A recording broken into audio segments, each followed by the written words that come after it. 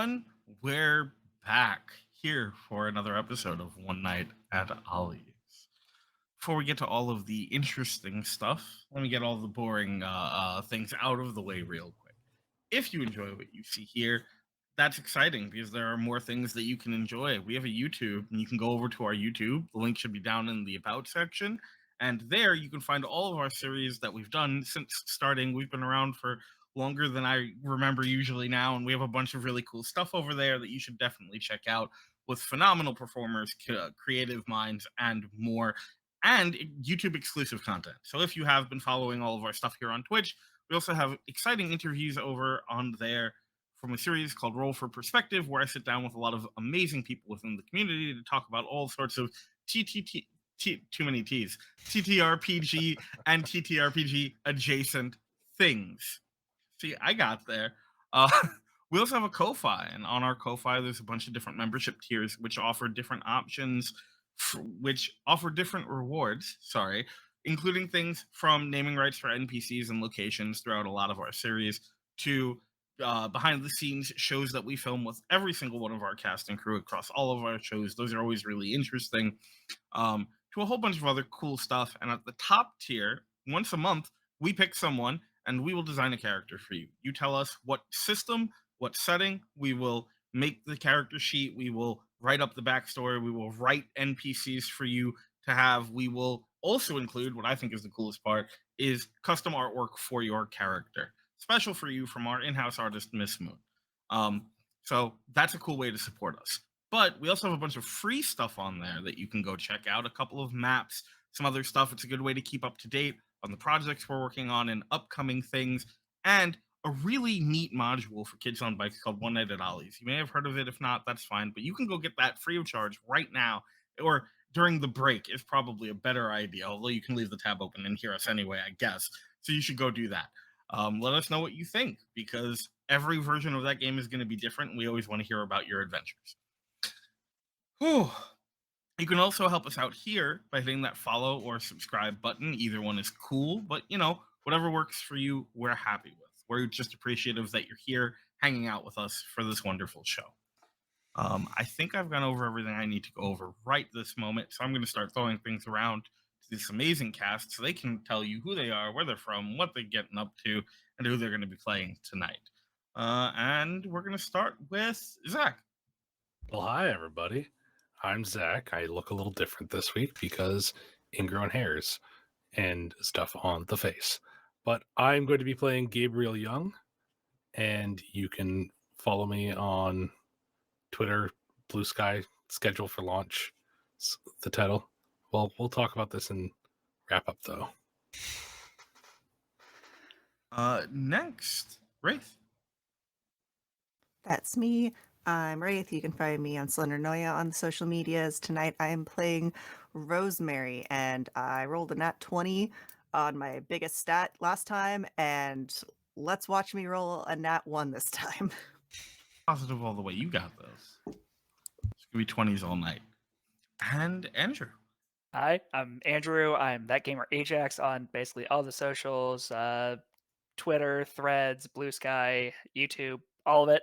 But for the more important thing, tonight I will be playing Ted McGuire, our 14-year-old slacker who is definitely not terrified at all and hasn't rolled above a 5 since we started. Yet. Very important. Yeah.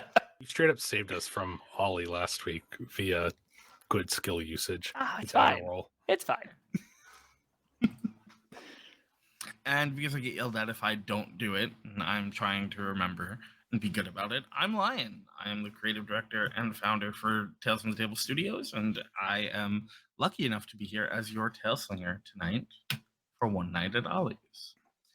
Before we get started, one last thing I do want to go over is that One Night at Ollie's is, at its core, a horror game. That will include a lot of different things, such as ambient horror, potentially some physical injury, all sorts of occult symbology and the like. If at any point you find yourself uncomfortable, please don't hesitate to step away. If the show's not for you, that's cool. Don't feel bad about it. We won't be upset. always prioritize your own health, your physical, emotional, mental well-being above anything that we do here. We love you no matter what, and I promise it's not going to bother us at all. So you take care of yourself. I am lucky that we have had the opportunity to sit down and go over our own safety tools, and everyone here is ready to do the same at their discretion if necessary. With that said, let's get to tonight's episode of One Night at Ollie's. We last left the group of wonderful teen, let's say, explorers. The group of you had, after braving the broken boards outside, made your way into the park and almost immediately decided that it was time to get some kind of proof that y'all were here. Initially taking a stuffed moose that perhaps had seen better days, and then a wonderful cup that no one should ever drink out of, but you won't know that for another 2 years. You almost had your first encounter with Ollie Owl. Luckily, able to find your way into the back and into a cabinet just large enough to accommodate your forms. You managed to avoid that first encounter. But it didn't stop Ollie from looking.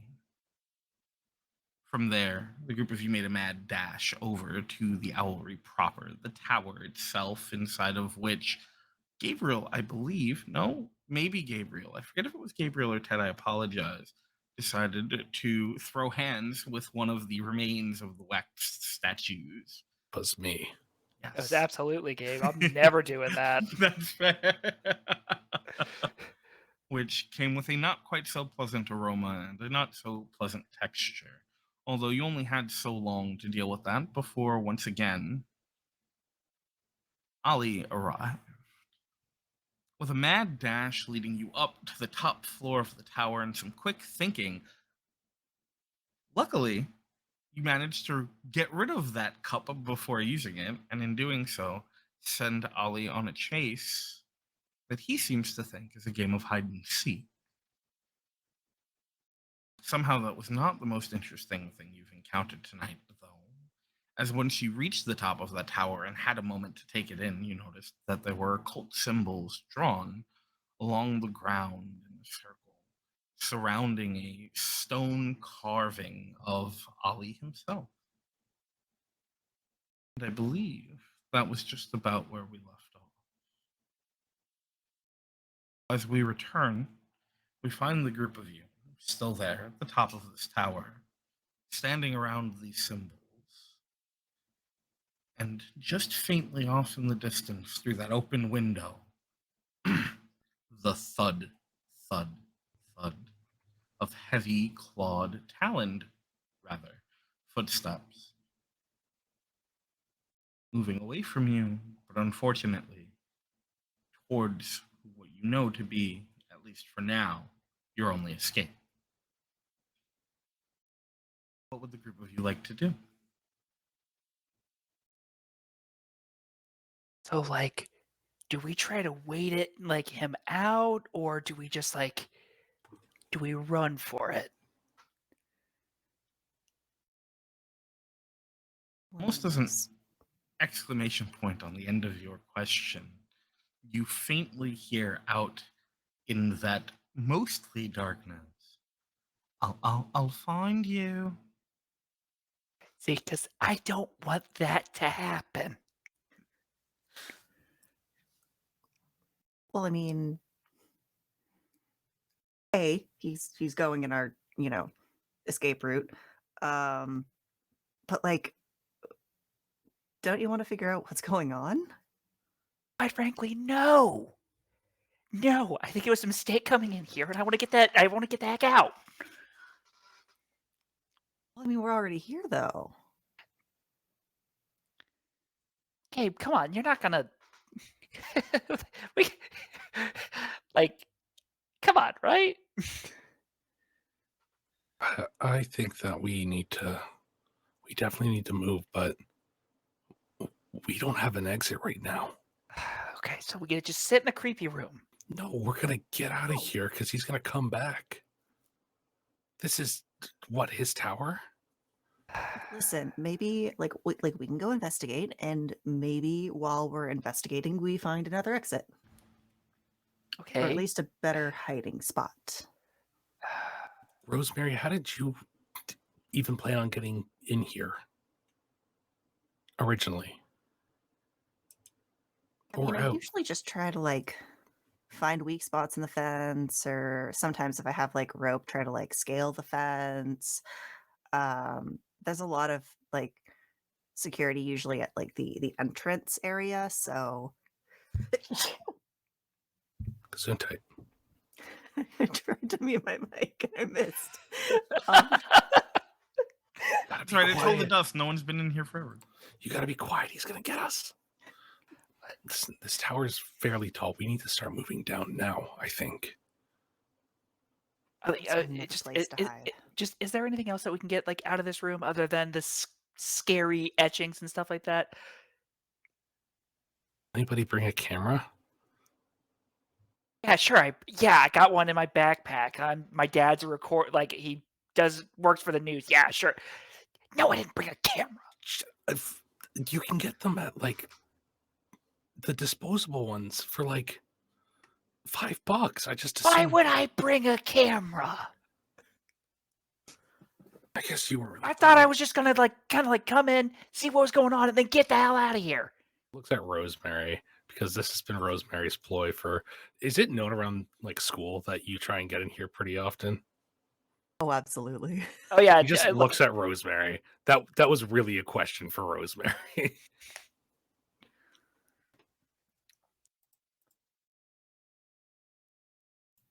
I'm sure that probably the younger kids think she's tried getting in here at least 200 times. I'm sure Gabriel all- thinks Of all Rosemary's the trying to get in things here. that saved on my sheet, my adversity tokens and my backpack were not one of them. Oh no! Oh no. But I feel like I would have brought a camera because I want to expose whatever's going on here. Yeah, absolutely. That makes perfect sense. Also, So- if I remember correctly, you had 2 adversity tokens. Yep, 2 adversity tokens because I had 1 more for a failure. And I'm up to 4. 'Cause I fail a lot.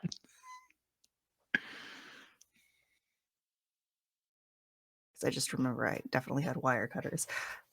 But she goes, yeah, no, I have a camera. okay, well, spin that sucker up and take a picture, and then let's move. Okay, yeah. Shine your light over here.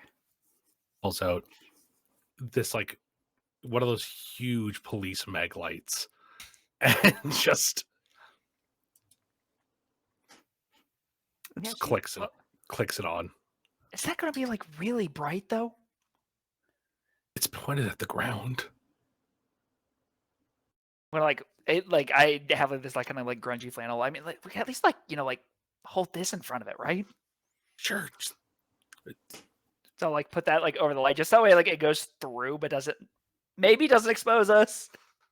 Honestly, probably better for the camera anyways. Rosemary, what kind of camera are we looking at? Is this a Polaroid, or are we dealing with a classic disposable? What do we have? I Or is think it something just even one of those disposable ones with the little wheel you have to spin between each shot. Fujifilm quick shots or whatever they're called. Yeah. Yep. Yep. Excellent. Okay. Wow, that was in my memory somewhere.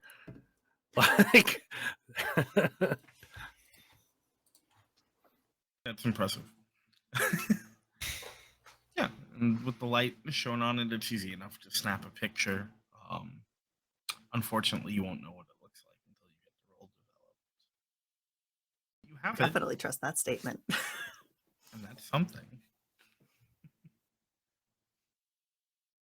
At that moment that you collectively realize you don't hear that thudding sound anymore.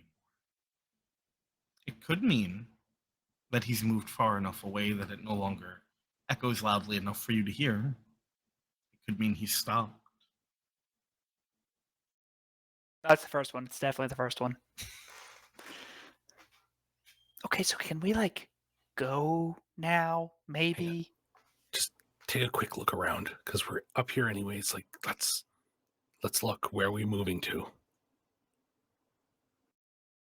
'Cause we have kind of an overview of the entire park right now, don't we?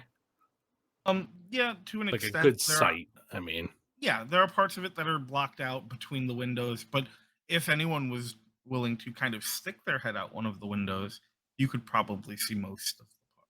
How high up are we, roughly? About 4.5 stories.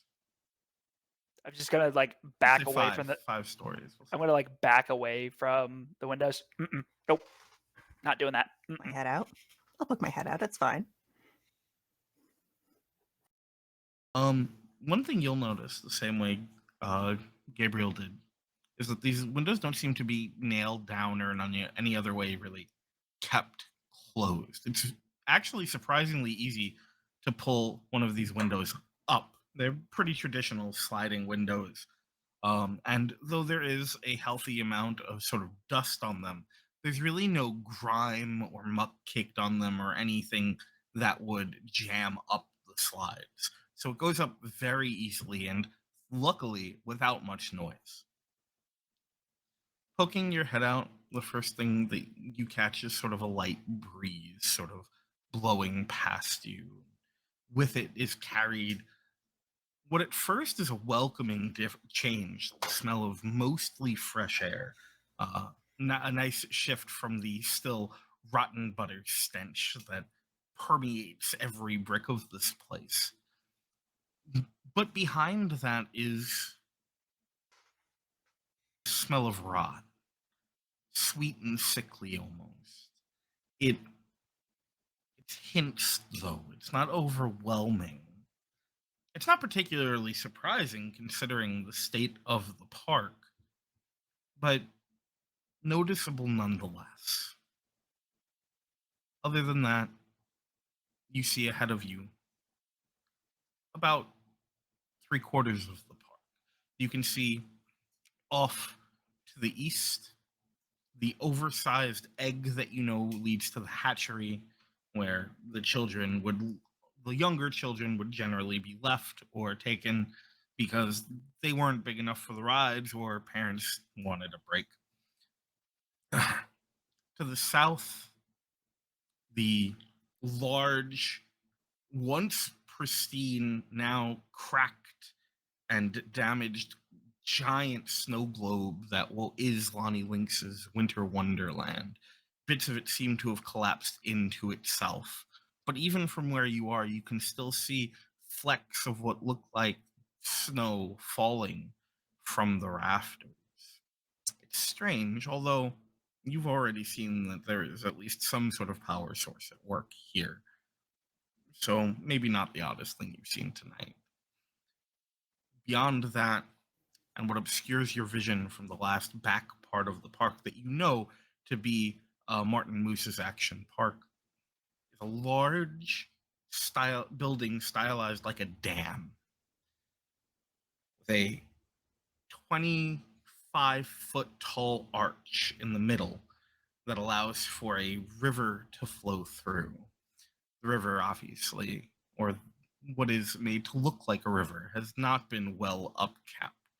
And even in the darkness, you can make out the hints of green and the thick pieces of muck that sort of float along, disappearing into the shadows of this building. Rosemary, what about the Blacklight Railway? It runs the length of the park. If we get to it, we can move to wherever we need to. I mean, It's dark, but it's a straight shot. Pretty sure it goes to the other entrances too. imagine getting trapped in like just a long hallway, though, you know? Well, I mean, he can't be very fast, right? I mean, he's just kind of thumping around out there. In a maze, I don't think you have to But there's the worry about being platforms. fast. We don't need to worry about the mazes if we just go to the platform. I mean, I don't know about y'all, but I came here to investigate. And this is still a good way to move. We can drop our friend off here and be one less. No offense, Ted. Yeah, none taken, Gabe.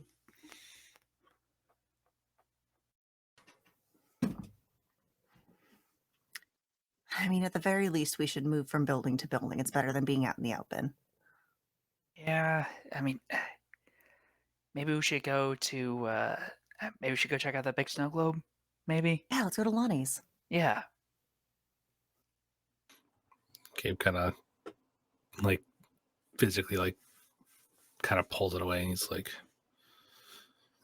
"Okay, yeah, Lonnie's is fairly close. Like if we just Yeah, I think we could probably just like run over there and probably be fine, right?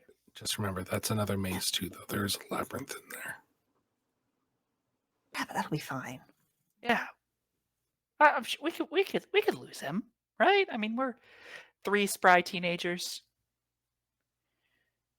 Yeah, I'm how not fast very is she? fast. Let okay. Action, not waiting. Let's go. Yeah. All right. Making your Make way it. back down, there are a few of the steps that sort of creak under you, but significantly less noise than when you initially ran up here, since I assume you're taking a bit more of your time. The closer you get back towards that bottom floor, the more that scent sort of assaults your senses again. And as you reach the platform proper, you see that the figure has almost sort of melted and recongealed in the time you've been up there. It's now longer, flatter. Otherwise seems no different. Well, I guess watch your step. Also, don't take a hit from Gabe, otherwise, if that happens, I guess. You got like superpowers or something? What? No. Just you gotta sometimes learn to throw a punch. I As think you this say was that, one of the times you shouldn't have thrown a punch.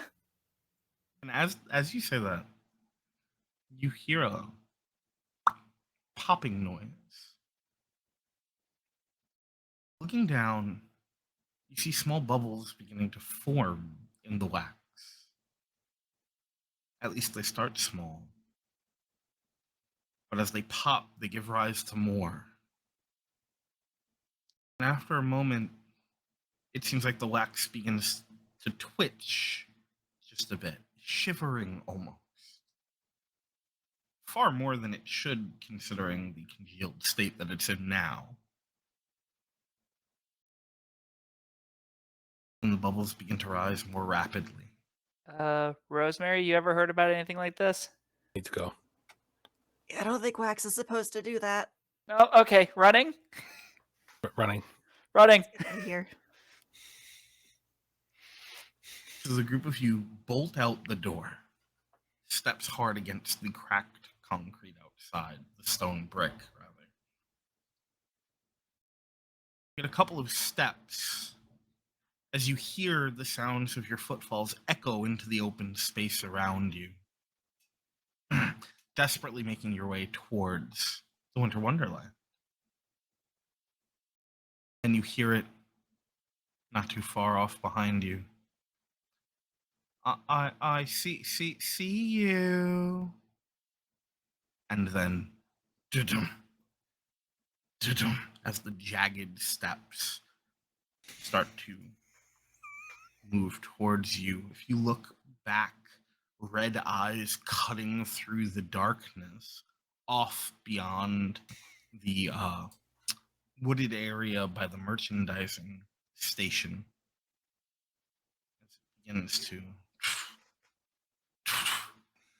We're going to have so much fun. Running? Running. Yep. I'm going to ask all of you to make me a flight. It's the thing I'm good at. I'm middling at this one. Oh no. Where are I? There we go. This didn't go well. I'm gonna let you know this didn't go well. Well, you do have adversity tokens. What does that do again? +1 to your rolls, unless I think there was a specific ability that can make it +2, but I might be remembering that wrong. That's to help somebody, I think. That is that ability, yeah. Either way, don't waste your adversity token on that. Oh no.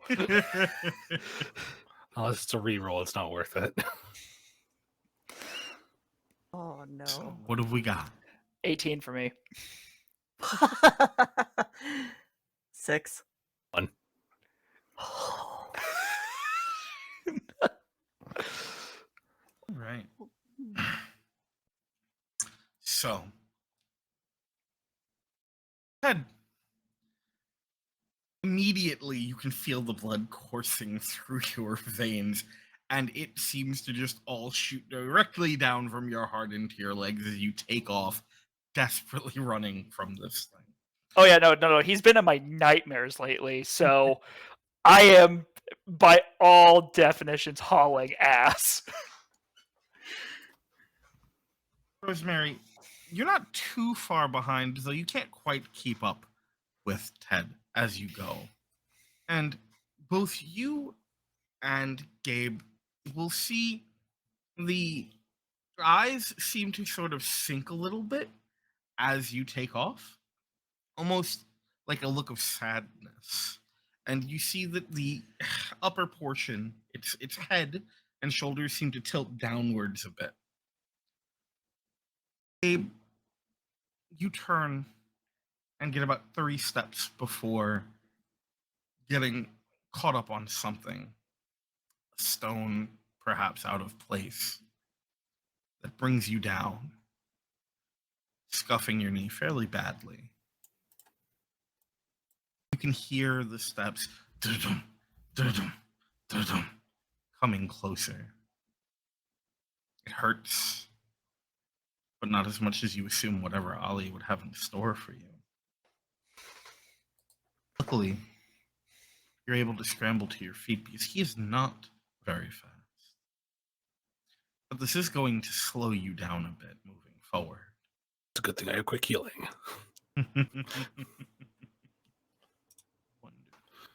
Yeah, limping a little bit. Gabe kind of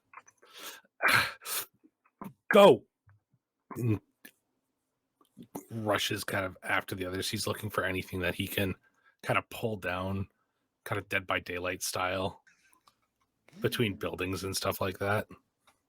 Now that he's been zoned in on, he doesn't mind making some noise. Oh great, here come the others now. So, running forward, there's a lot of things that you see that you could probably bring down at least enough to create blockage, but it's going to take some effort and maybe more than a few seconds. Most are broken down stalls where you see the supporting framework has rotted through for the most part. There's not a lot of smaller things that you could get that would probably impede him very much. But every second that you spend doing this is going to bring him closer. Then just keep moving. Like if there's something that can't get there, if he can no, he wouldn't do that. He's not that smart. Yeah, he's just gonna try his best to keep on going. Trying to break line of sight is more or less what he's trying to do. Are you veering off from your friends to do that? Kind of like around a building and then running parallel to it. Okay. So if he's like running down an alley, he's gonna turn the alley and then keep running in their direction. Sure. So the two of you can hear, though not as well as Gabe, as Ollie goes, "You're gonna be it." Da-dum, da-dum, da-dum, da-dum. And you hear the pace sort of quicken behind you. You throw yourself to the side, cut into one of the alleyways that are made up of these different stalls and shacks. And as you do, you can smell more of that same rot rotted wood, rotted mulch, wetness. And you find yourself cutting deeper into this darkness. But eventually, the stalls end, and you can cut to the left. As you do, or to the right, I apologize, to the right. As you do, you hear a heavy thud. And just as you turn, out of the corner of your eye, you can make out what looks like Ollie jammed between two of these stalls. And for a moment, his feet move, but he seems stuck in place. And then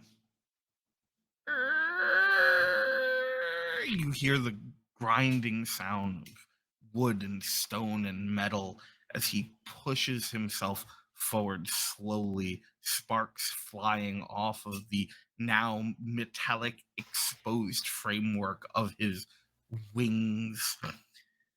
But he's slow, and you can cut beyond that easily enough, moving on. How close is the Ferris wheel? Is that behind me? That's behind you. Okay, never That's mind. just next to the tower. Gotcha. Even with your limp, you can hear that grinding sound fall further and further behind. Sparks flashing in the darkness behind you. It's clear that as long as you can keep this pace up, probably not going to catch you. Rosemary, Ted, the two of you don't realize that Gabe is gone until you're almost at the gates to the Winter Wonderland.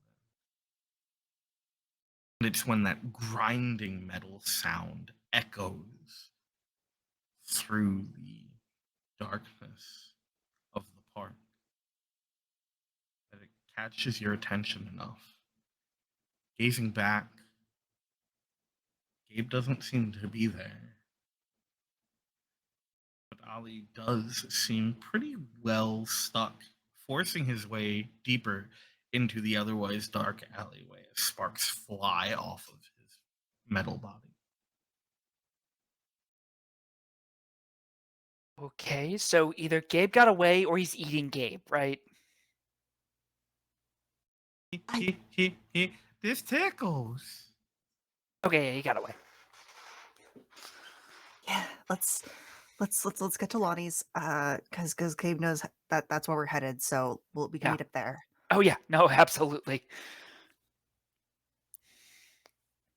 When you were younger and here in its prime, the entrance to the Winter Wonderland were these very intricate, swirled wooden gates that pushed open as you stood outside. Fanfare and chimes playing as you entered, quickly being speckled with the cold snow that fell from somewhere above you. Whether at the time you knew it was technology or magic. Who's to say but you? Now, those gates lay broken, the pieces of them propped against the walls on either side of the hallway leading into the Wonderland. Fairy lights strung along the sides of this hallway lay unlit. Although further in, you can see the light that seems to peer in from the broken top, the moon casting a bit, and the fairy lights surrounding the place cast light as well. Even from where you are, you can see where it opens up into that large snowbank themed labyrinth themed maze that leads you to the other side, and a drop off from a ledge beside that. Though from where you are, it's difficult to make out if the sled ride itself is still functional in any way, or even in one piece.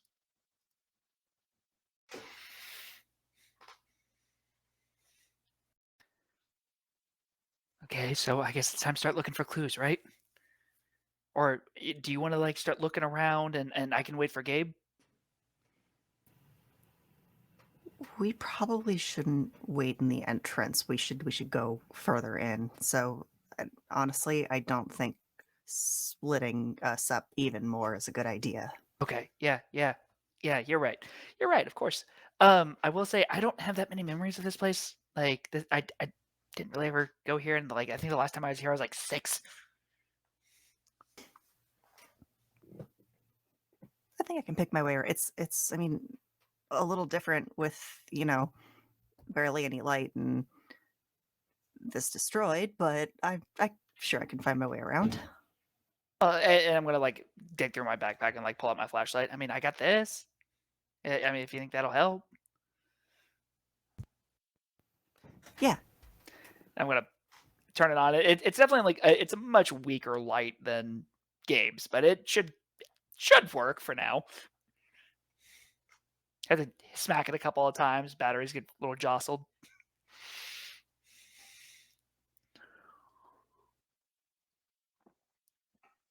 As you enter, there's silence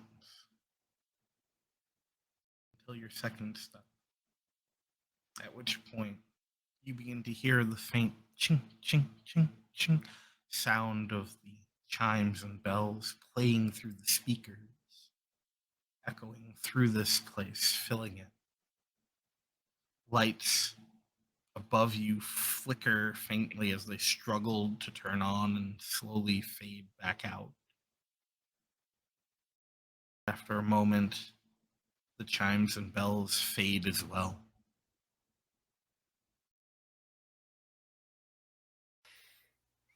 You hear a sound and noise, a whirring, almost spinning up, similar to the audio you had heard earlier, but it peters out before any noise follows it.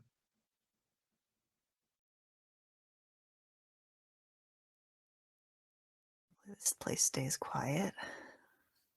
Yeah, I can't tell if that's good or bad.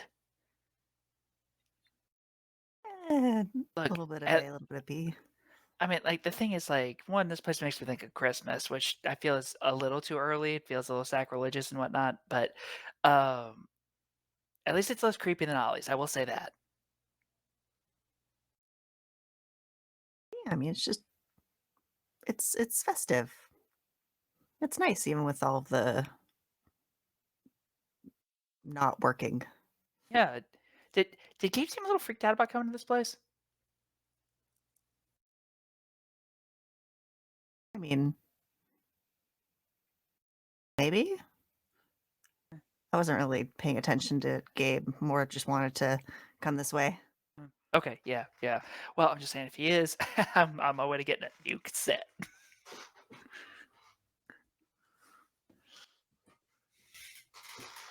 I gotta leave this rivalry alone. At least here. Well, look, you don't understand. He insulted my music, okay? And right now, that's about all I got. Why do you care? I, If you know it's good. well, look, the thing though is that like my parents already like shamed the hell out of me for it, kind of thing, because it's not, it's godless music, you know. That it's just they say it's like wrong, and that I'm going to hell, and like all these other things, and then like when I'm in with my peers, and then I told them my music's not good, like I'm gonna take that a little personal. I mean, yeah, but it's not gonna be for everyone.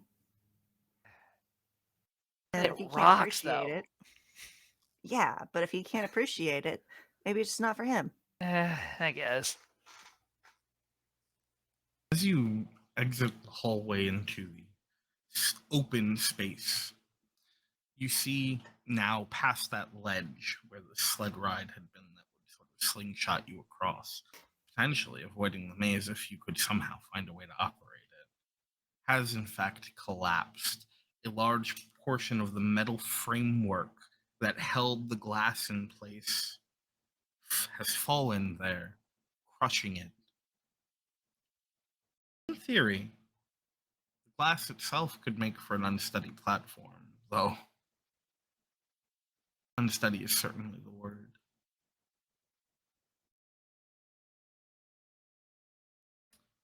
Beyond that, you can faintly make out the other side. Dark.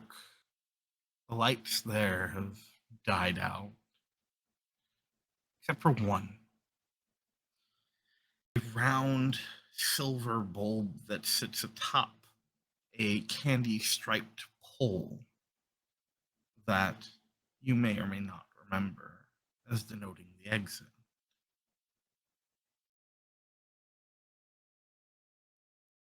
The labyrinth, however, looks surprisingly pristine.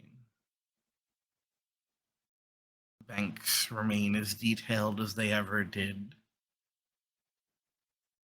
Perfect paint.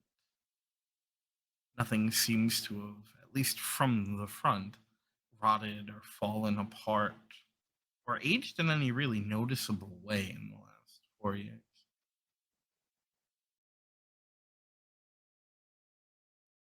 The single open sheet of glass that lets you peer further in seems in perfect condition, save small bits of dust, similar to the windows of the tower.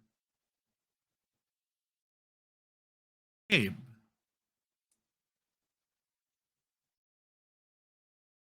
as you come to the end of the turn in that alley, you can still hear the faint sound of grinding and the flashes of light from the far end. Murmurs of what you imagine to be Ollie's voice, though you can no longer make out what it says over the cacophony. But you do see only a few feet away Wonderland. Beside you, as you step back out, as you prepare, I assume, to step back out into the rest of the open park, the bright pink curvature that makes up the underside of the egg from the hatchery. A few feet away, a window. Sturdy, yes, but not impossible to peek through if you had wanted.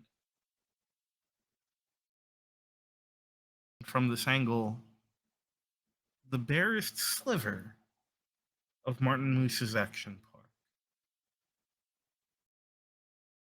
The Jet Shot, one of the more popular coaster rides in that park, has a track that juts out. The curve of it, however, seems to have broken down.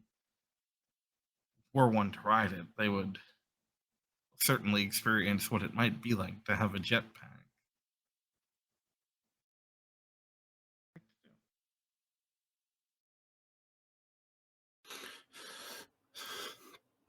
I'm so tired, Martin.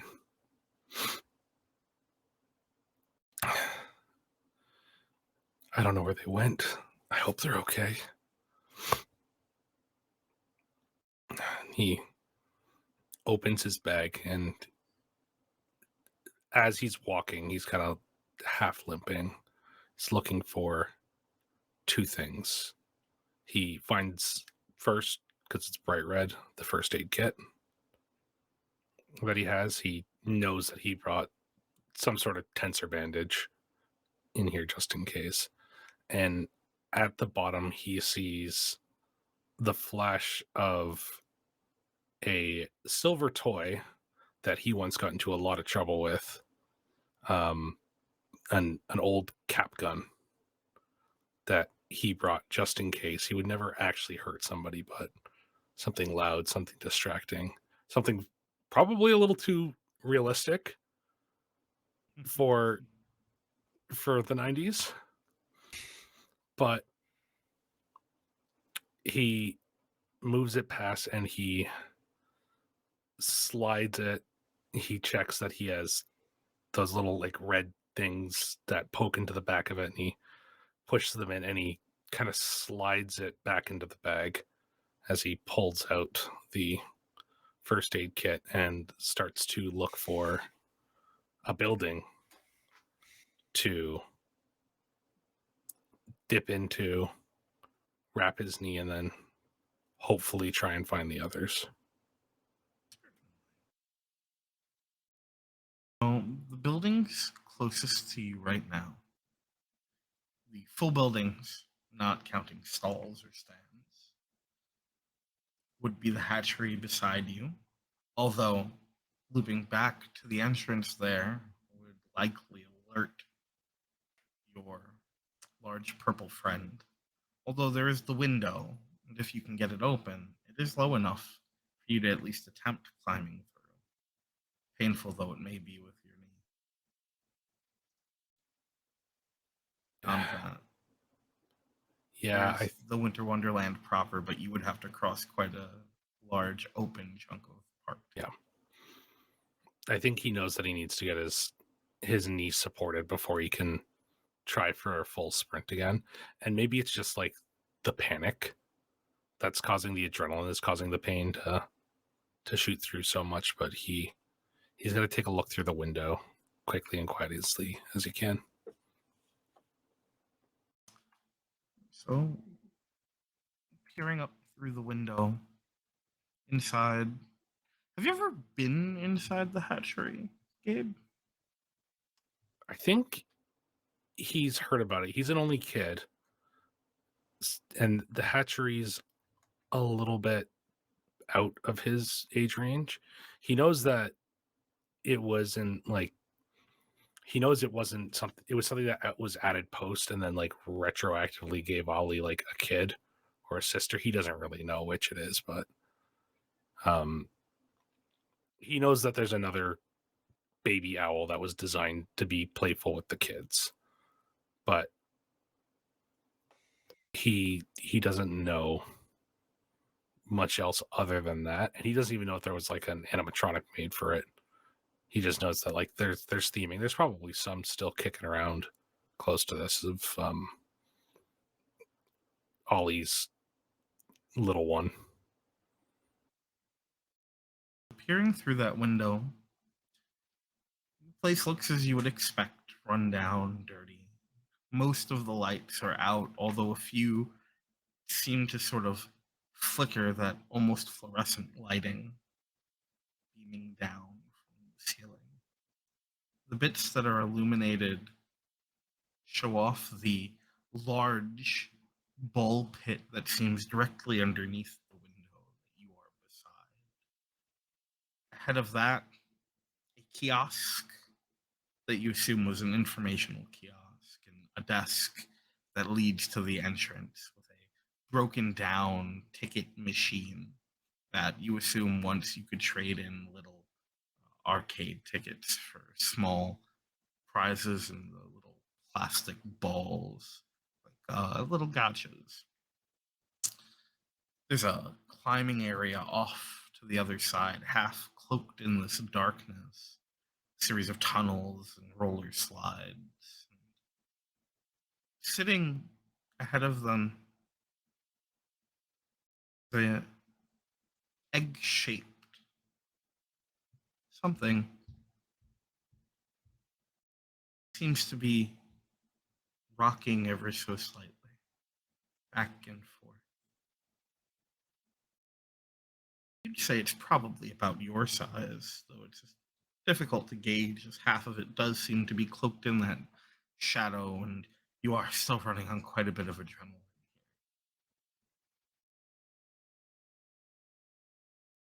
Also notice, as you linger on it for a moment, that it seems to twitch slightly at the loudest peaks of that grinding metal sound.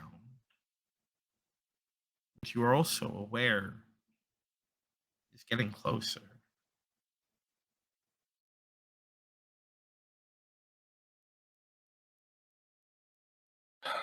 Dang.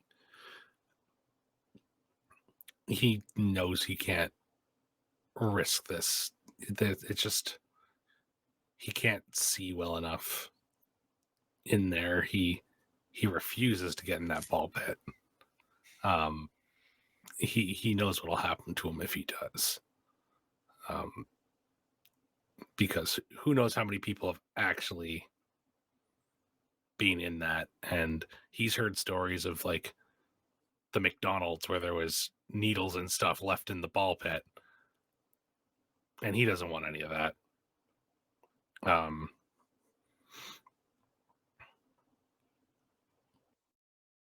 So let's see. It's backpack time. Backpack time. Brought to you by Jansport, but not really. Okay. So he pulls out his dad's nail pullers, and he's going to slip around to the side of the hatchery, kind of like so that he's not in the main alleyway. And he is going to throw it just as far down the backside of the alleyway as he can. So, like, back towards where you came from? Almost, but like if he ran down the right side, down the left side. Okay. He's just gonna throw it as hard as he can down that way, and then hope for the best. Brawn? You feel a little bit better about Brawn. Oh wait, it's got a +1, so 9. Okay. So you reel back and you just kind of fling this thing, right?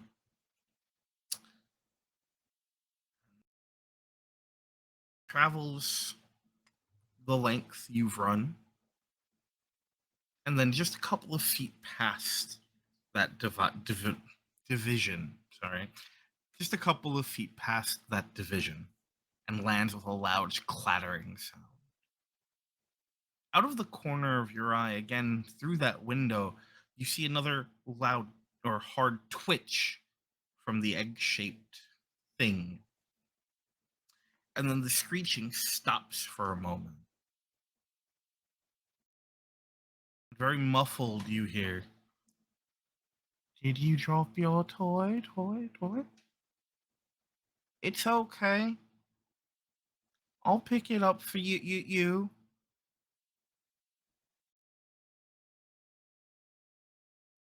Gonna wait till I hear that going back, and then do my best to get to Lottie's Winter Wonderland, because whatever this egg is, it's starting to really freak Gabe out. And even if Ollie's not that fast, he just needs to be faster.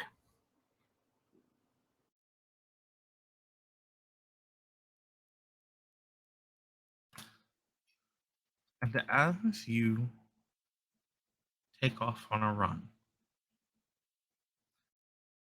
camera cuts away from you, back towards the Wonderland. It rises, bringing us in over the cracked dome for just a moment, giving us a view of the full layout of the labyrinth before swooping back down to find Rosemary and Ted. What is it that we find the two of you up to?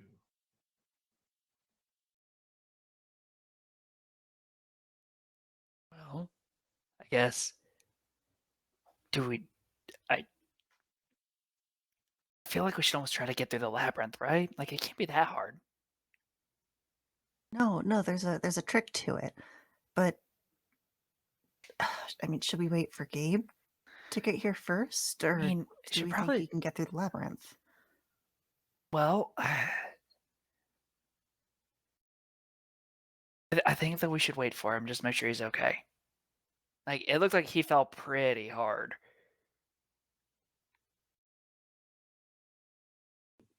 I mean, we could also go through the labyrinth, make sure we can go through it.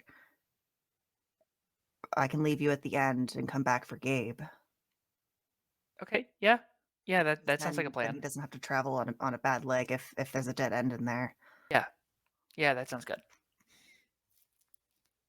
All right, let's go.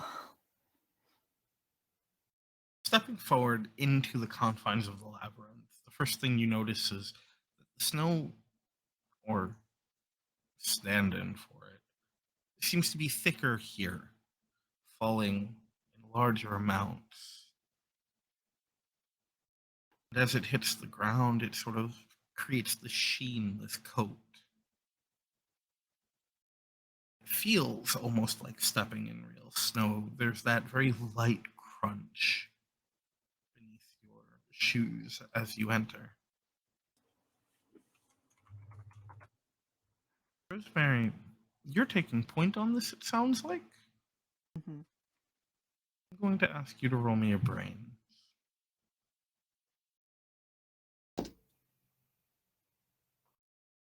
14.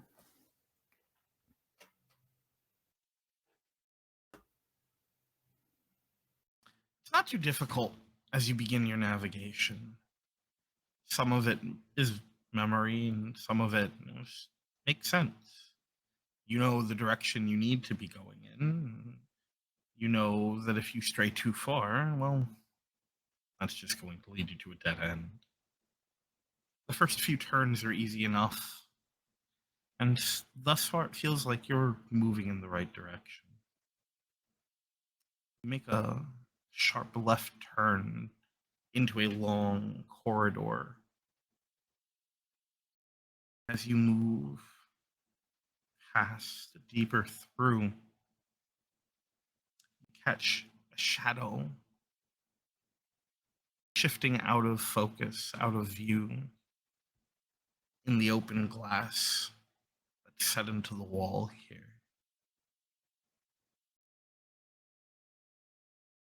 Glancing over, you see nothing that would cast that shadow. But beyond the glass, on the opposite wall, you see a long, thick smear. Dark, almost rust colored. With it, deep, jagged lines carved into around.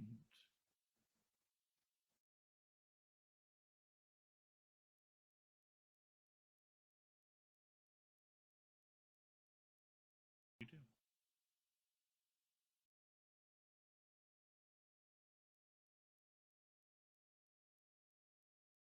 I think because Ted's already really freaked out, I'm gonna try to hurry him past. Just like trying to keep him distracted. Just be like, yeah, so the trick to these is you just keep like going in the same direction. So you always make a left or you always make a right the entire time, and like eventually it lets you out because it's like a tube, right? Yeah, yeah. I mean that makes sense, I guess.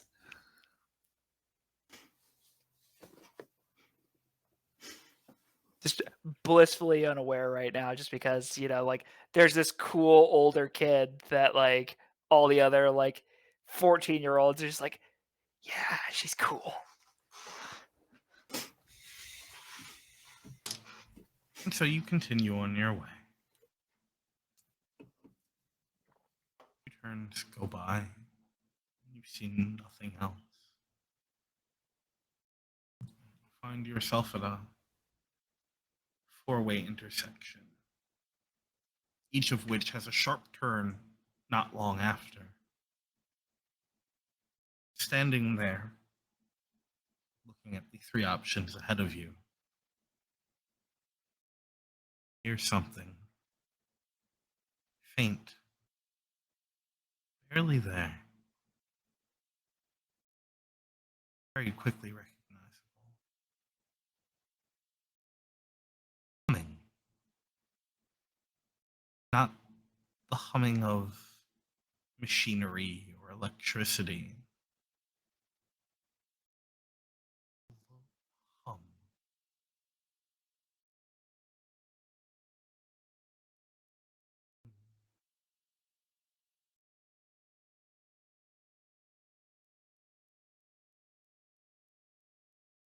too faint to make out what it is that it's humming, but it's there.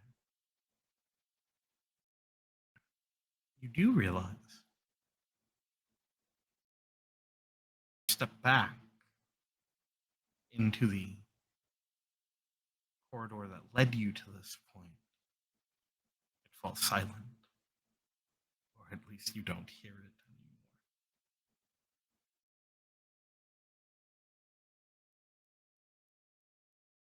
Now, that's just weird.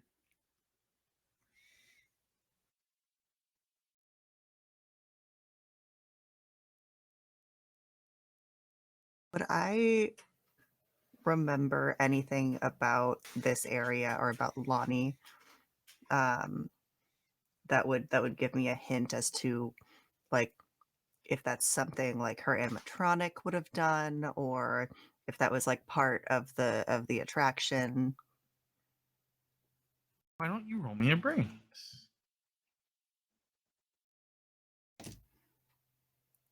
16. Ooh, very nice.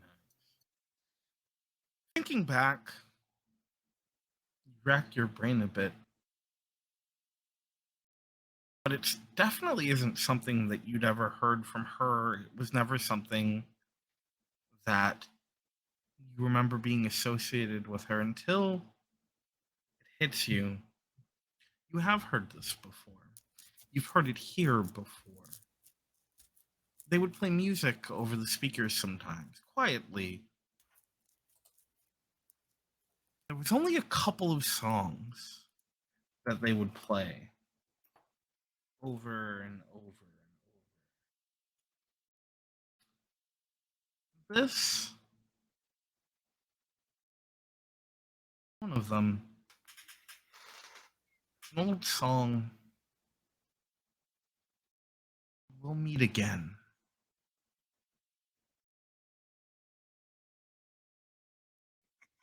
It's definitely not coming from the speakers.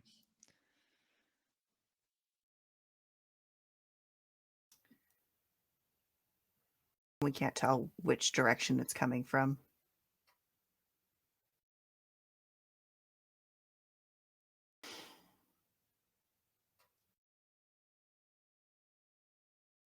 Abe,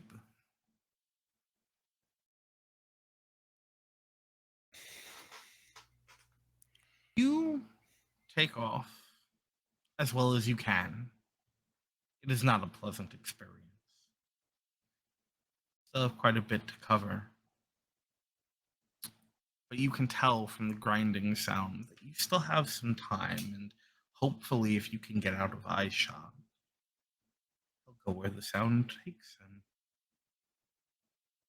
You manage to cover that distance. Flashes of light and purple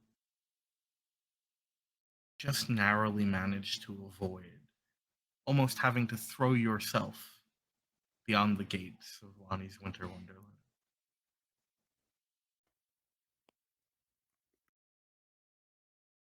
The grinding stops. Footsteps don't seem to be coming towards you. I'm gonna wait there for a second just to see if there's any change to that, or if it seems to be almost like this is Ollie's space and Ollie doesn't leave Ollie's space, because that would confirm his idea with the fence. Standing there and waiting. Hear the footsteps sort of fade a bit, and then again a muffled sound, words you can't quite make out.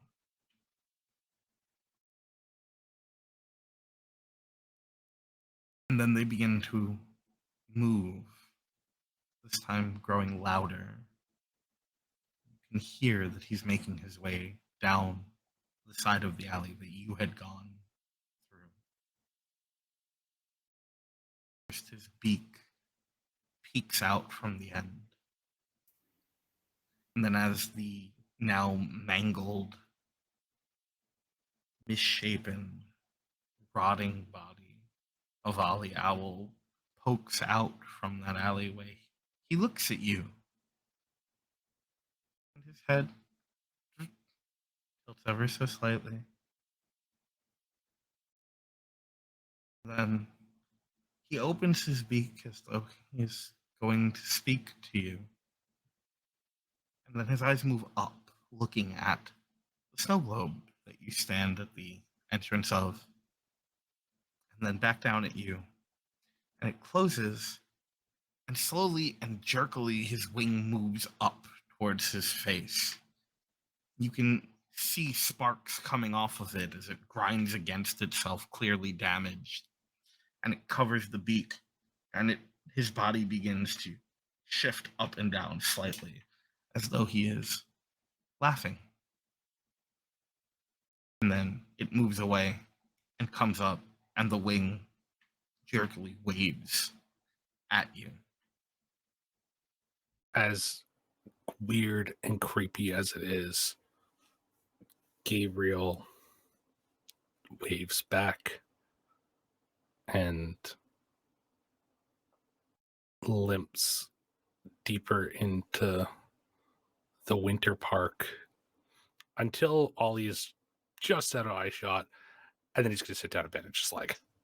The last thing you see before your eye line with Ollie breaks, as you wave back, is his body sort of pop up slightly, as if he kind of hopped, gleeful at your reciprocation.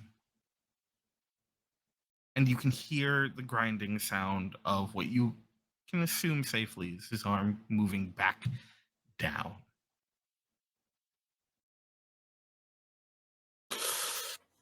All right, let's handle this. He kind of like, he's trying to figure out how to get to his like his knee, and he tries to roll it up, but he's in jeans, so he's like, I'm gonna have to like, I hope nobody's around, because he's gonna have to like undo his, so he's sitting there like half pantsless, rolling his knee up in the middle of this park because he can't see it. He needs to wrap it. And he's just working as quickly as he can before making his way to the labyrinth. It's not going to help too much with the pain, but it does provide some stabilization. He's always been a fast healer, so he knows that give it a little bit of time, he'll... Yeah. He'll be all right, as long as nothing else happens in the meantime. Yeah, exactly. Why would it? And you said you're making your way where? To the labyrinth, because he assumes that's where they went. I'd like you to roll me a grit. Grit? Hell yeah, baby. That's an 18. Ooh. Also, I'm so sorry I owe you an adversity token for that one earlier. I already took it, don't worry. Okay, great. Simple system. I love it. An 18. As you approach the labyrinth, you feel a pit forming in your stomach. Tightness. Your hands tremble slightly until you notice it's not just your hands, it's your entire body shaking. You can always try and convince yourself it's the runoff of that adrenaline, but you know better.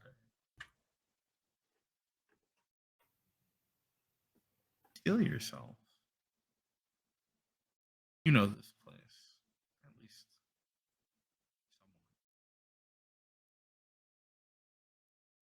somewhat. As you step in, you feel it.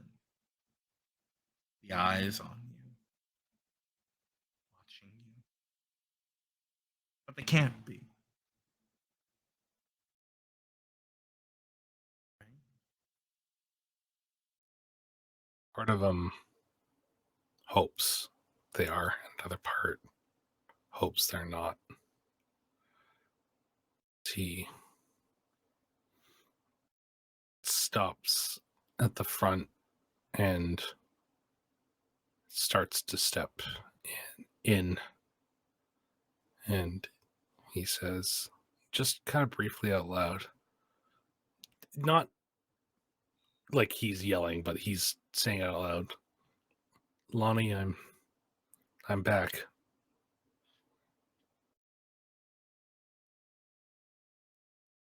He walks There's deeper. an eerie silence that meets you. Nothing but soft crunching beneath your feet. Matter of cold snow simulacra as it peppers your face.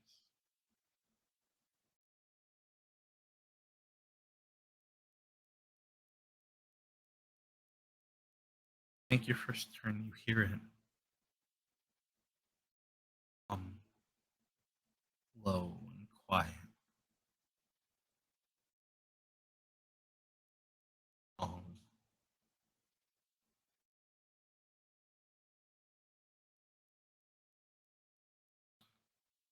Looking Rosemary. down. Oh, Oh, yes, please. I was going to say, looking down at the ground in this snow, can I see where my two companions have gone? Absolutely, you can. Easy enough to follow. It doesn't fall nearly heavy enough to blot that out. And to follow it, making your way towards them. As you come to a turn, something else, along with their footprints. Another set, larger, more of a paw, really. Seems to follow along with theirs. Only for a couple of feet before turning off and down another pathway.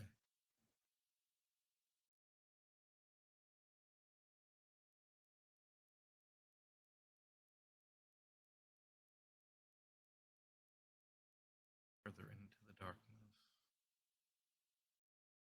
Decidedly away from your friends. Just real quick, he takes the flashlight and he's just going to shoot it down the corridor to make sure that it goes all the way down and turns before making his way after the others. Where the paw prints went? Yeah. It does. And as you do, you see a faint shadow shifting out of view. Narrowly avoiding any detail. Kills the light. And he's going to walk along with his friends as quietly as possible. But he is looking every couple steps. He's looking over his shoulder. Rosemary, Ted. Faced with this three options. Low musical sound.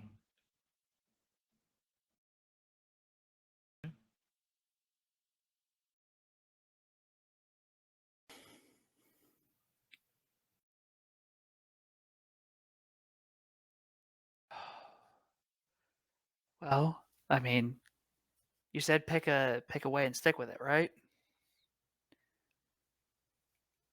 Yeah. So I'm just going to shrug and I'm going to head down the. I think we made a left turn to get here, right? So I'm going to go down like the leftmost path.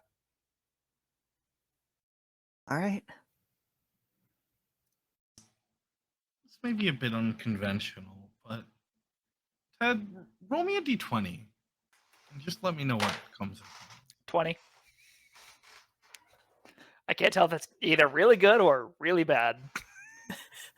This is a roll-up system. So the two of you make your turn and begin heading down this left pathway. The humming seems to follow, filling the corridor as you make your way down, following around the singular turns ahead of you. Besides that, your own breathing, any conversation you may make, and the crunching of this artificial snow beneath your feet. Things seem quiet.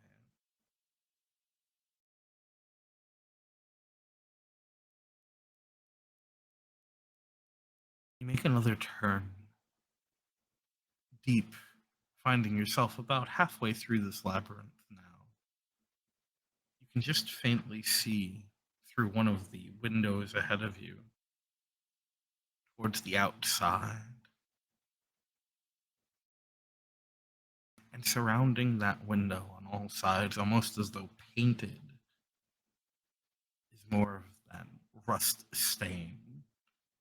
Well, more for you, Rosemary. Ted, this is the first time you're seeing them.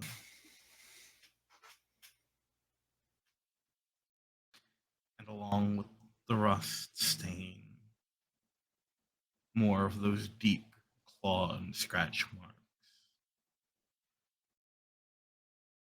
And at the far corner of that window, you see something small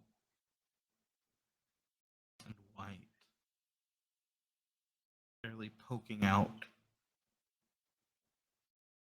A pristine white against the off-white of the painted snowbanks. No bigger than a fingernail.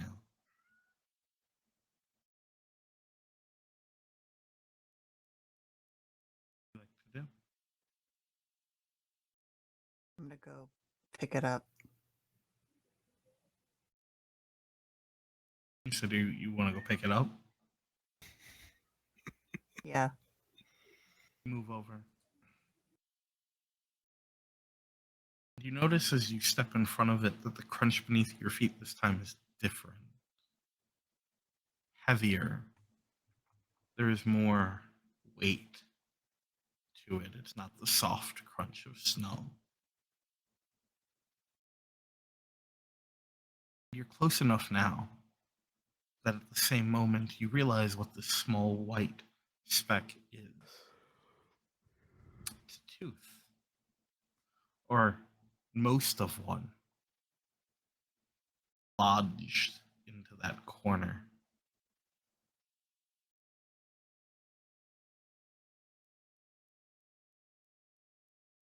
Since I'm up this close, can I just kind of look at the window and see if that rust and the scratches are on this side or the other side? And also see if I can see anything through the glass. It is the scratches and the rust colored smears are definitely on your side. And peering through the glass, you can see quite a bit of the labyrinth ahead of you. And for the most part, can sort of logic your way through from where you are to that exit. Good feeling.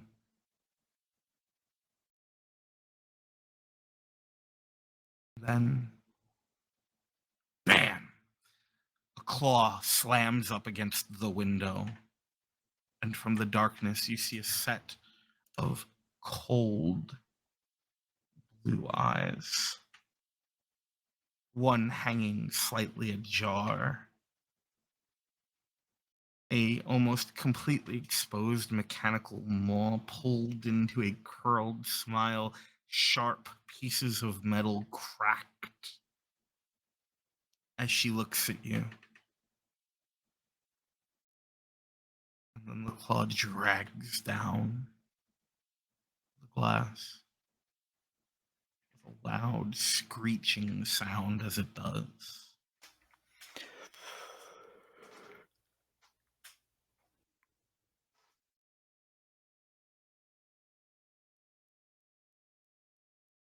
Can Gabriel hear that slam from where he is? Yeah. I'm just gonna like shine the flashlight up there. Rosemary? And the eyes immediately dart past Rosemary, looking at you, Ted.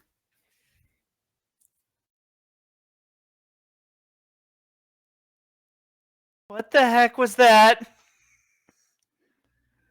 Hey, can I see the eyes? Oh, yes. Please tell me you can see the way out from up there. I mean, I think I can, but obviously we're not alone in here. As you say that, that screeching sound continues as her claws drag down the frame, and she seems to lower, slowly fading out of view. Below the view of the window.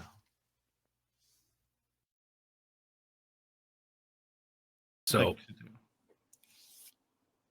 that slam rings out, and as Lonnie begins to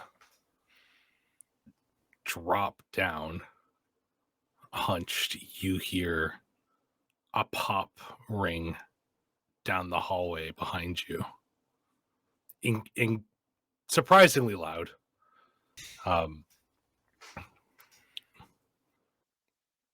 But it comes back, and Gabriel has the metallic cap gun raised in the air, and he has fired it, and he's waiting and listening, hand still trembling,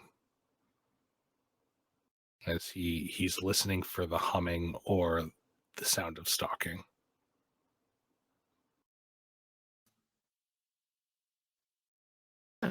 Rosemary. Cutting through this moment of panic, you hear a loud pop sound from off behind you.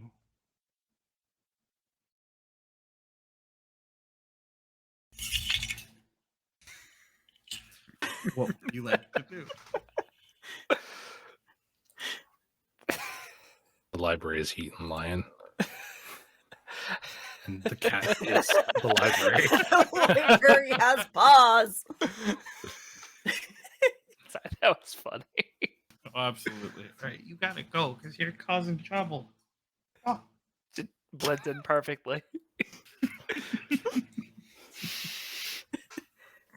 So,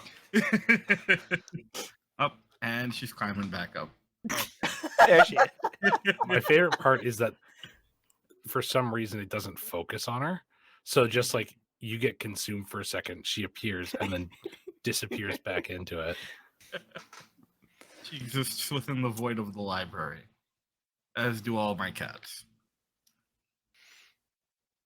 I'm gonna be a pirate cat now. That's fine. Perfect. So,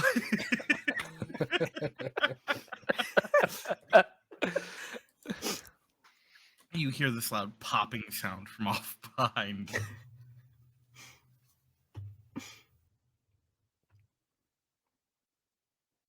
What would you like to do? How do you react?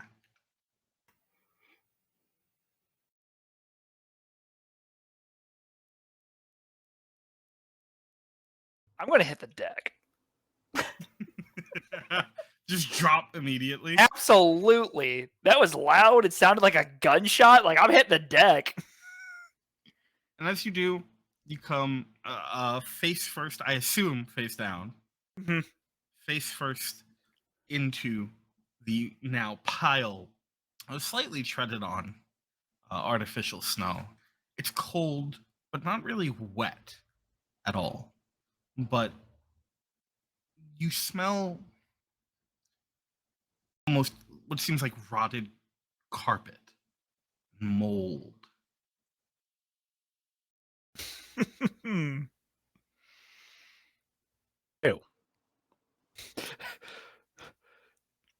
Everything settles back to silence. No banging, no humming, nothing except the sounds of you and Rosemary. So she just kind of looks down. It's like, what are you doing? I just kind of like sputter and like kind of get back up on my feet, like brush myself off. It sounded like somebody shot a gun.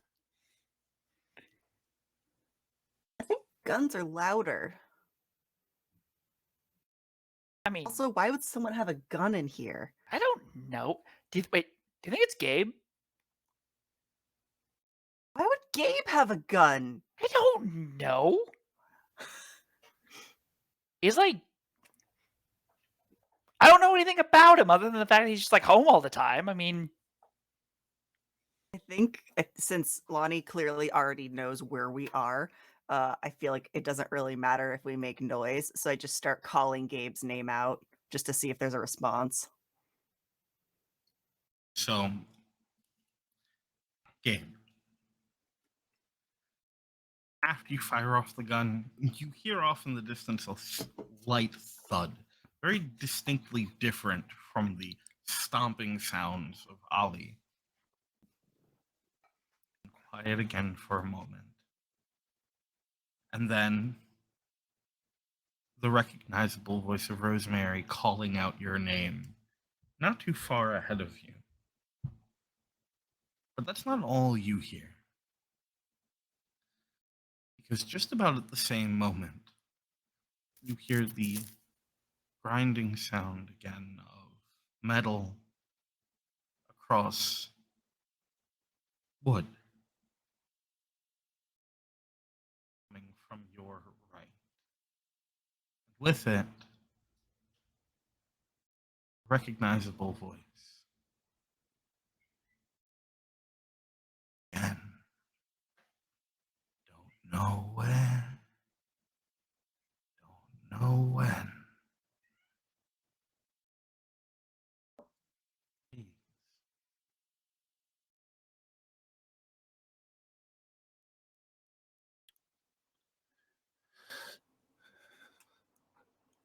Lonnie, give us a 30-second head start. You're it. And he runs. I need you to roll me a flight. Fly? Yeah. Oh no! you're really good at this one. Oh, thank God. Oh. 8. Take off. Shoes crunching on the snow, shattering against whatever flooring is below that as your heavier steps cut through. It's easy enough to follow the footsteps of your friends if you are, in fact, running towards them. At this point, yeah. Then, as you turn, you find yourself at that same three-way intersection. It's easy enough to tell which way your friends have went. There do not seem to be any other prints here. Echoing off of the walls behind you, you hear 15, 14. Right after them. Just going. And I'm going to yell down. We got 15 seconds, go! 15 seconds to what? Run! And just as you hear that, Gabe turns the corner, and you almost run directly into Ted. I'm just going to grab his arm and start moving. Like, not stopping, just grab and go. I know he's faster than me. He can catch up in a second. Yeah. I just got like taking the hit like in stride and then just like also like turning and just like running. Slingshotting him, like throwing him in front of me. I'm running after them. Okay, Rosemary's on the way out.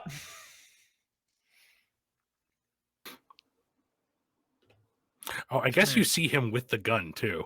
Oh, yeah.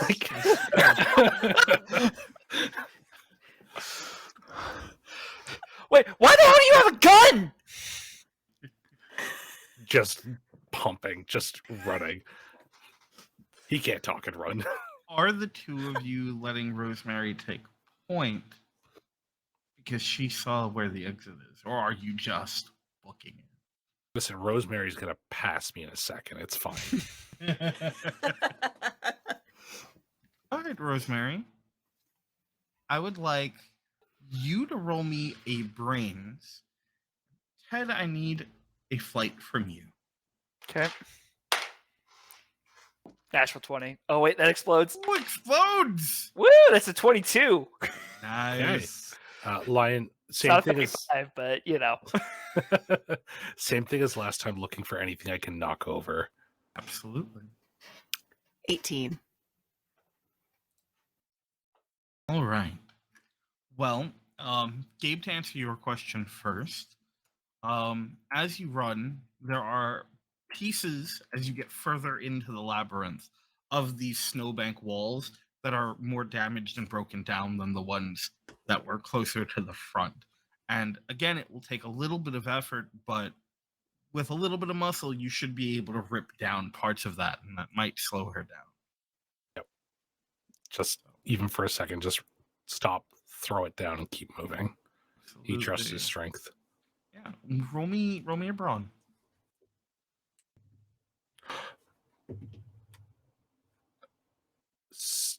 19. This is going very well for me right now. Yeah, you are ripping down parts of this bits of wood like splinter and snap as these almost full pallet-sized pieces of wall are ripped away and fall behind you. What he's doing is he's like running and jumping at them and then just like tearing them as he pulls by. Rosemary, it's really easy to visualize the path you need to take getting to that exit, and you all can hear now seemingly echoing off everywhere. 10, 9, 8. Oh, this is so boring.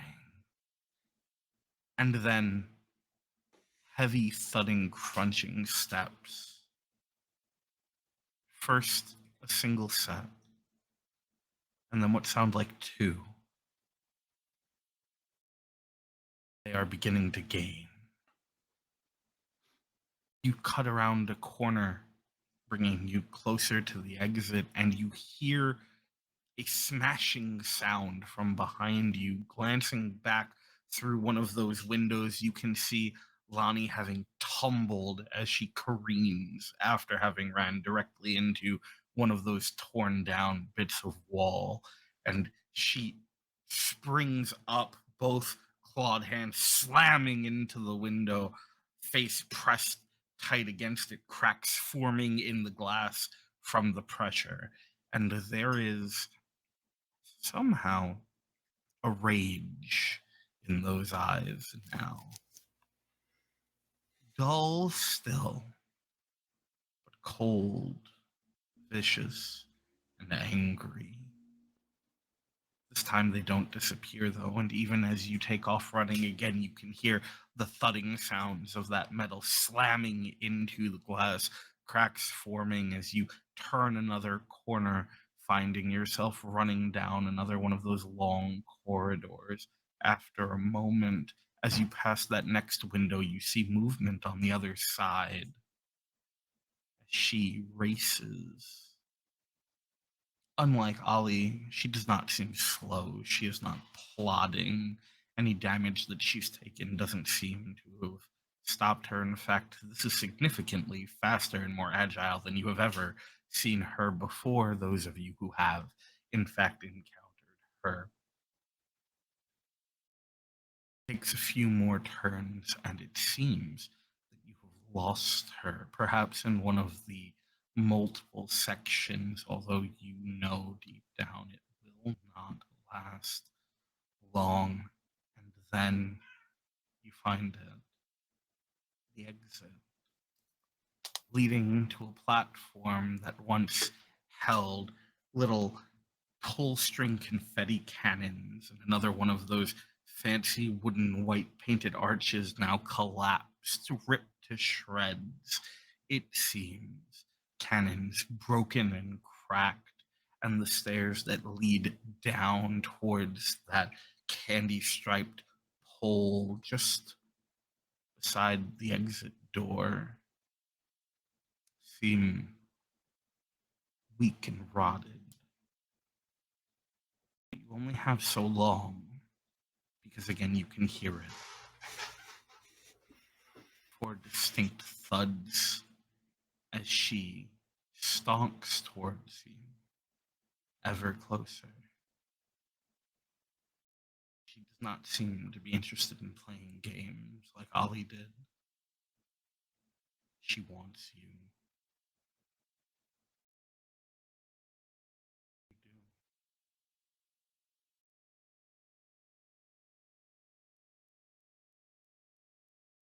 When it So, just when it comes to the exit, is there like a door or anything like that?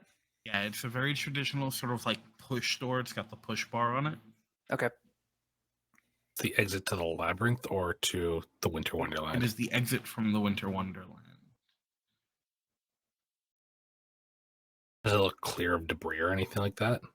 Yes, there doesn't seem to be any debris there. However, you also see a couple of the little huts stylized like frozen over igloos and stalls that once served frozen lemonade and other snacks, most of which seem to be at least somewhat collapsed, although it's easy enough to assume you could fit at least one person in there, two in the largest of them, if you wanted to hide instead. And beyond those is another door. On it is a label that still reads staff, though it is weathered with time, aged and faded. And it too has one of those push bars.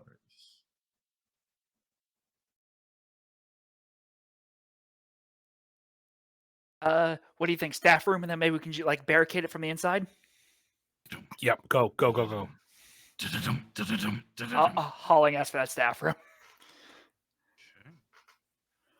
You sort of, I assume, kind of like shoulder check it into the push bar, and the door swings open. You almost stumble past it. This room is cold, very cold. It's a deep chill. Beyond it, you see a similar set of lockers like you did in the merchandising station. Mesh front, a couple of cabinets, though most of these look significantly more broken down. And beyond that is another single door at the end of a hallway with a large keep out sign on it. Besides that, there are a few benches, though the wood in most of them is rotted and broken. Bits of it are strewn across the floor of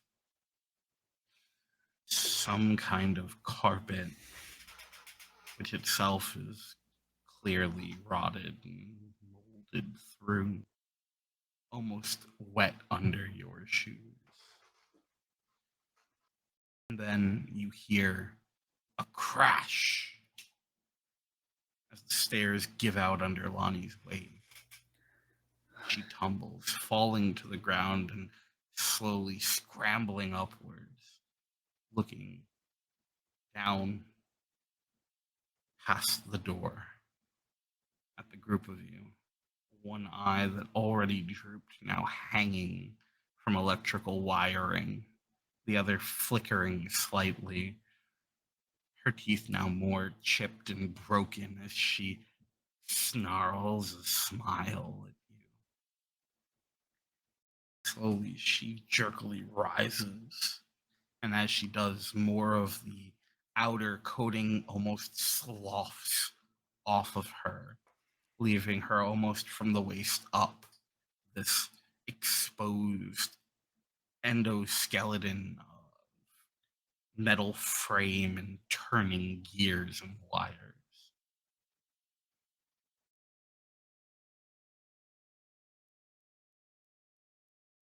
Rosemary, where do we go? I mean, the only way to go is the do not enter room, right?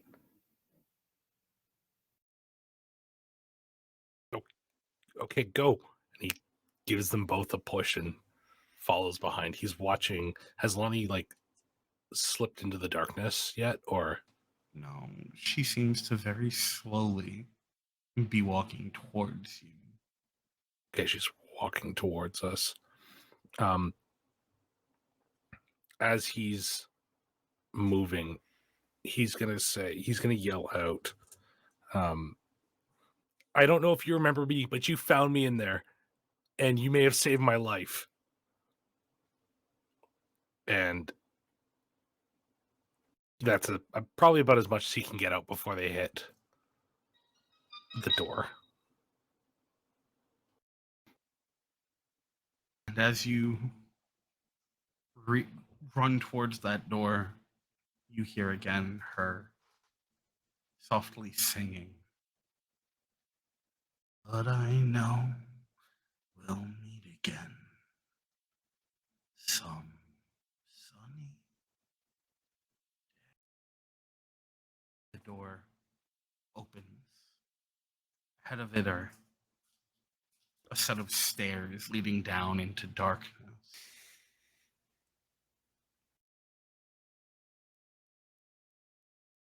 What's beyond that, you cannot tell. And here, as her footsteps reach the carpet behind you, a slightly damp squish under her clawed paws. If she chose to, it'd be easy for her to reach you now.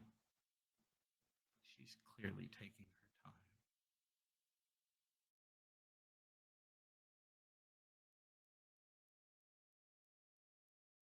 Bust out the light, Same. swing it around. The stairs lead down about 10 or 12 of them ahead of you, and then into a tunnel. This tunnel is covered with pipes and electrical wiring. It clearly is not part of the park proper. You may have heard, Rosemary, you definitely would have heard about the tunnels under the park. Easiest way to get employees from one place to another. Or an easy way to make off with anyone if they wanted to. Likely also where they would take these animatronics for maintenance. From the angle you're at, you cannot tell how long this particular one runs. Where it leads. I mean, it's got to lead out of here, so we got to go. We can't stay here. Yeah, clearly not. So I know that like Ollie seemed like he wanted to play. Why did she seem like she wanted to like absolutely murder us? Hushed, like moving quietly, goes, Lonnie's designed to be the, I don't know, like the one that needs to be taught lessons. So maybe by instinct she's nastier than the others. They're not supposed to be real, right? And I mean, she's not supposed to like hurt people. Yeah, I mean, like I know there's weird occult stuff going on and whatnot, but like that was freaky. You hear the sound of metal against metal as presumably she drags her claws down across the door behind you.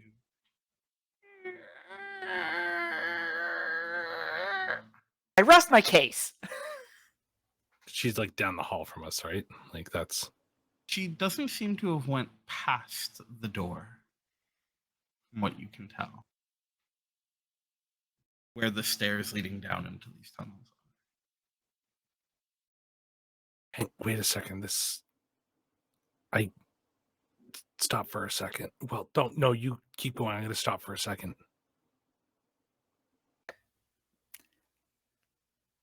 Why? What? Ollie stopped when Ollie was behind me. He stopped when I got to the Wonderland. He didn't follow me. Okay, so you think they have like zones then? Yeah. I don't want to risk you two though on a hunch. Okay, but here's a better idea. How about we just pretend, or at least we acknowledge that she's in her zone and we're out of her zone, and then we don't stay in any of the other zones. I mean, yeah, but like, if she can't come down here, the others probably can't come down here. I don't know if she can or can't come to this. Is like a maintenance tunnel, isn't it? Yeah. I mean, maybe it's in their code that they can't come down here like unaccompanied by staff. I don't know anything about code, but maybe this has to deal with the symbols.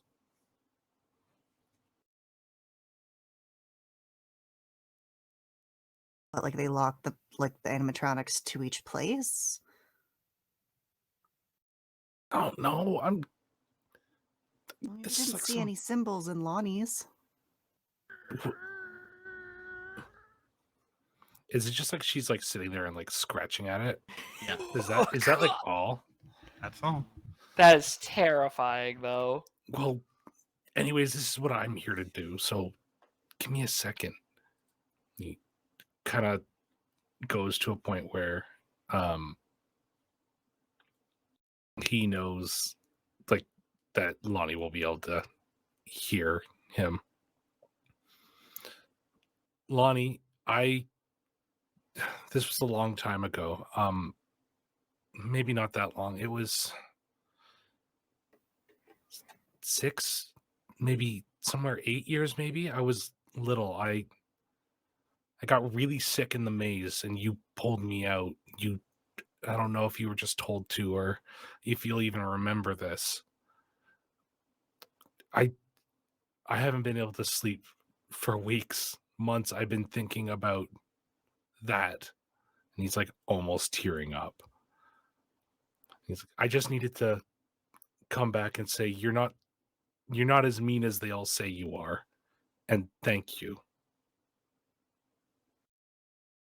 The grinding sound stops for a moment and is replaced by tapping, sort of a rhythmic drumming of claws against the door. And then you hear, poor boy fell down but couldn't get up.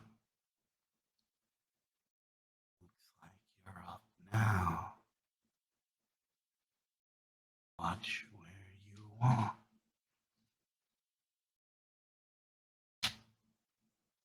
Is there any- All sorts of friends here. None of them are yours. Is there any way for us to help you?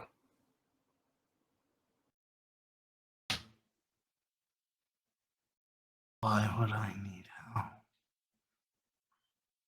Because you and Ollie seem so sad. You can hear a mechanical whirring from behind the door, akin to what we would recognize as a hard drive.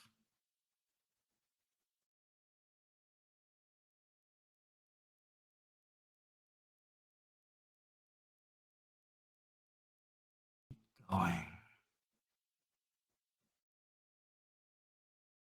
Find your way.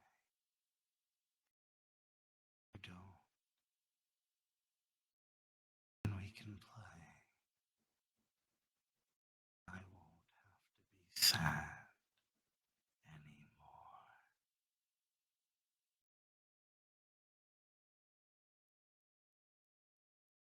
We'll try our best. Promises. I promise.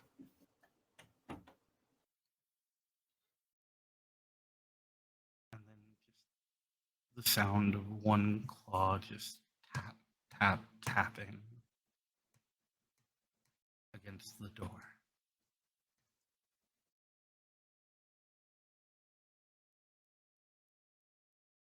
He raps on the metal of the hallway, the same tune, and then turns to the group and walks back.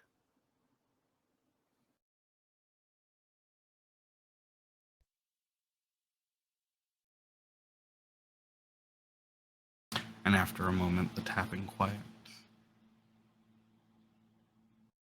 Well, she didn't kill me. Yeah, can see that. Did we hear that whole conversation or not Well, really? he was yelling. Okay. Like, and it's Okay. a hallway. Like, he was Okay, yelling. yeah. It's not like he was right on the other side of the door. Okay, He was still a good distance away. okay, so let me get this straight.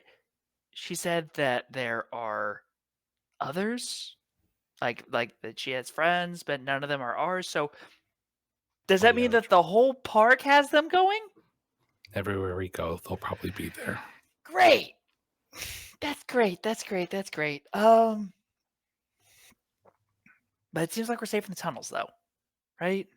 At least for now. There aren't any of the animatronics that like to live in tunnels, right? Well, It's the Blacklight Gang. Eh? They live in the tunnels, right?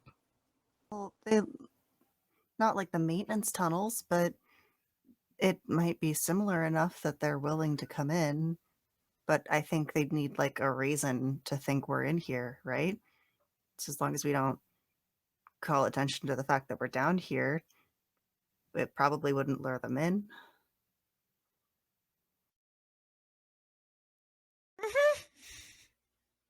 You just see just very, very nervous smile.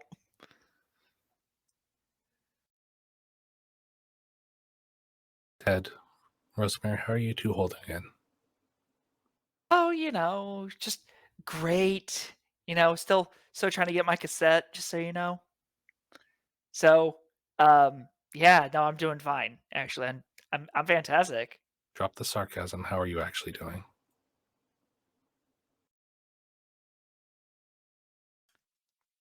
I really want to get out of here. Like, I I'm not really want doing to know well what's going on, but I also really want to get out of here because that was scary. Yeah. I'm not doing well either. Well, I mean, at least you managed to lose Ollie, right? He kind of like stretches his knee, which is like now quite sore. Um, I think Ollie. I lost a couple of things to deal with Ollie. There was another one in there, by the way. I think he Ollie had like a kid or something like that, like a sister maybe. I can't remember. They introduced her with the toddlers. There was another animatronic in there, I think. About my size, it was smaller. Anyway, Harley,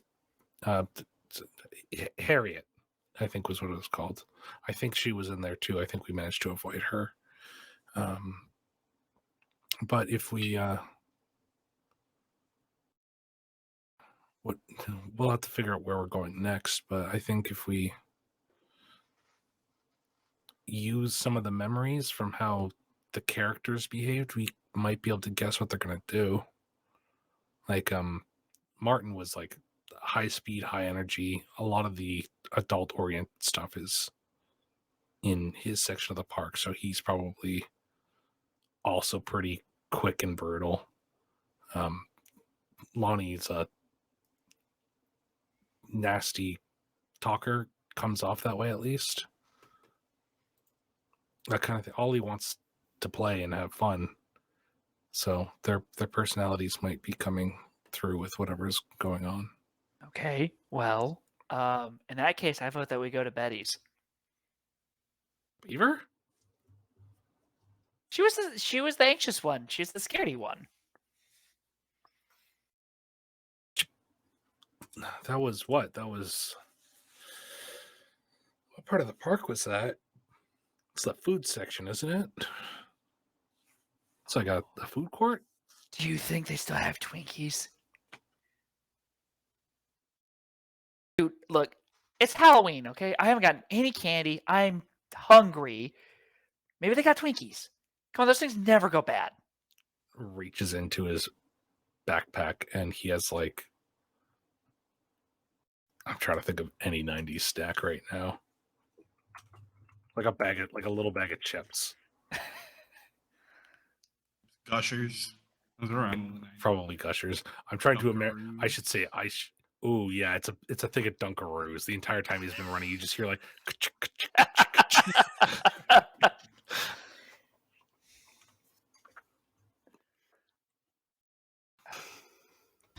Okay, well, you know how I am. Rosemary, you're good, right? Like you're too cool to be phased by this kind of stuff. I mean, I'm reworking some theories.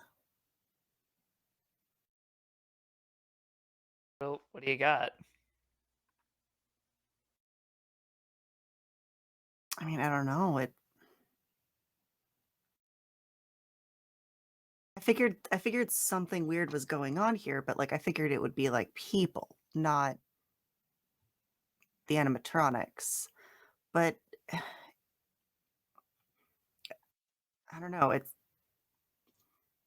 They're not the same as they used to be, and that has to be people doing it, especially with those symbols. The animatronics wouldn't have known what those symbols were. It lasted So this long. Hey, Also, I- did you when you were up like looking at like the stuff, you found something there, right? What'd you find?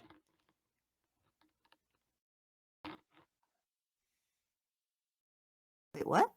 But didn't you find something like up next to like where it was like all the like rusty colored stuff? Yep, it was a tooth. like a person tooth. So I think we might know what all of that rusty colored stuff we're finding is. Okay. Which it here's the thing, like Lonnie very clearly wanted to get us. I don't think she would have like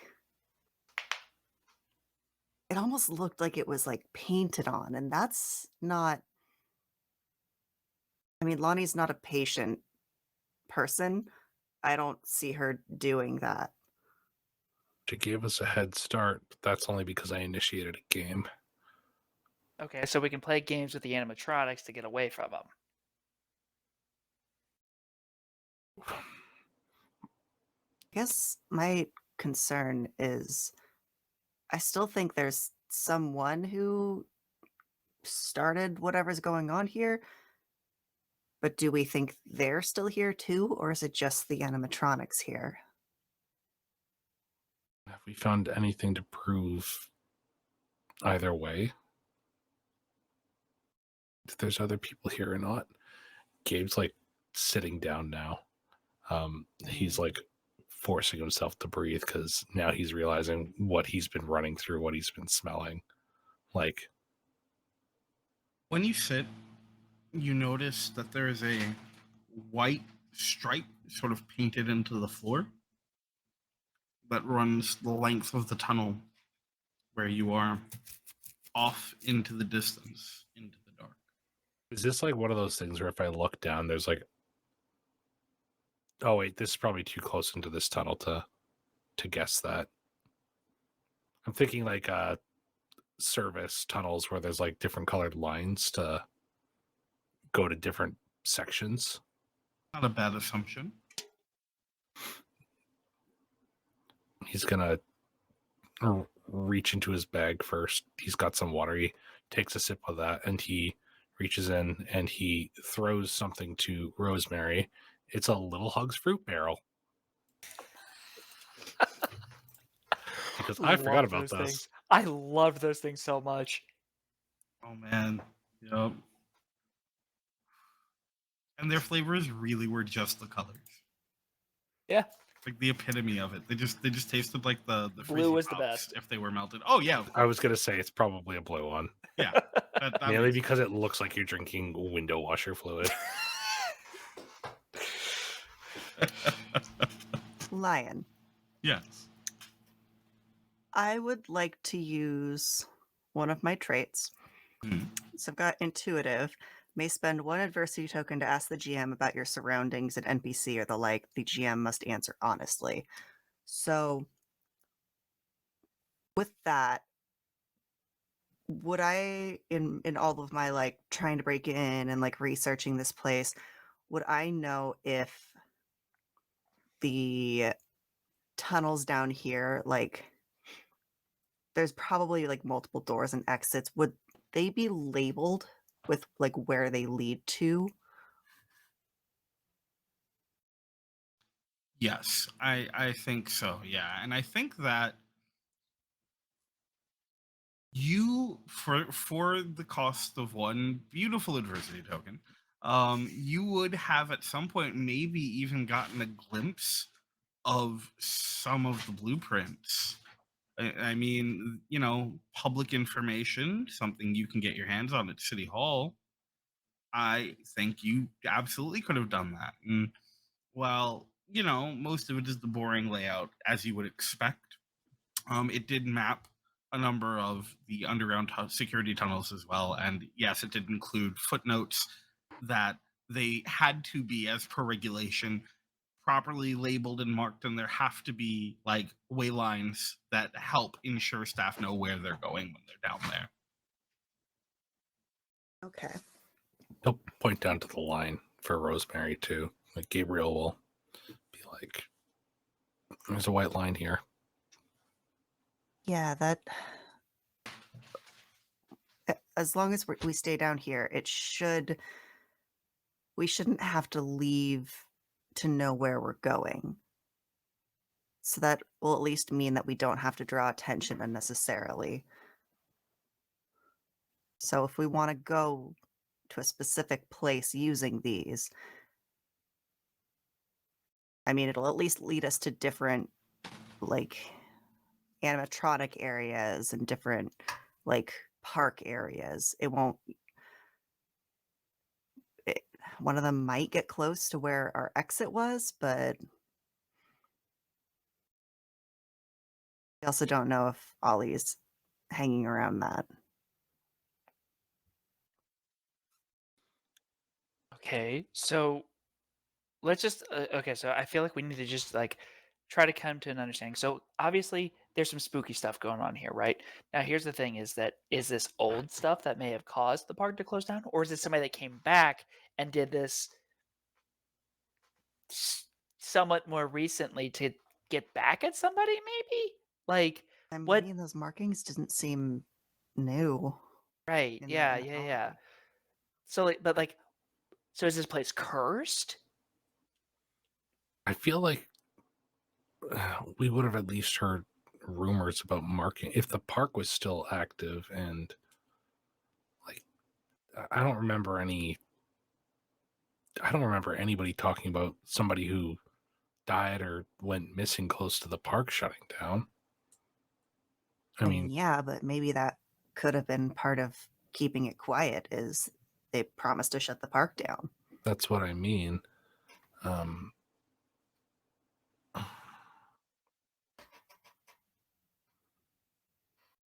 I guess like the question that I have then, next to why aren't we getting the heck out of here, is what part of the park could we get more information?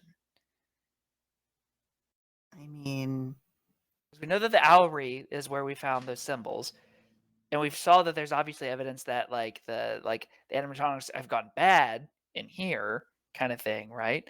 So like, where where do we go next? well, we're down here already. Right. We could look for the maintenance room. If anywhere would be somewhere where you could mess with the minds of animatronics, it would be where you fix them, right? Rosemary, you are a genius.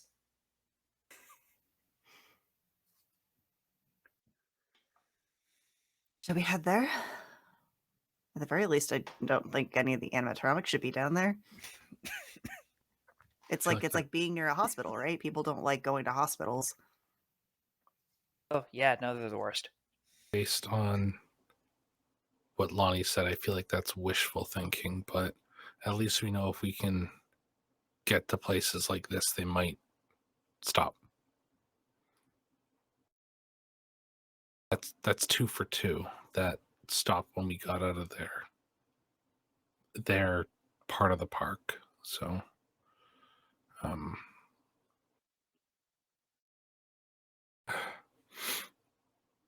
I'm good to go with wherever. I don't think you'll leave until he gestures to Rosemary until you are either hurt, dead, or satisfied with what you found. So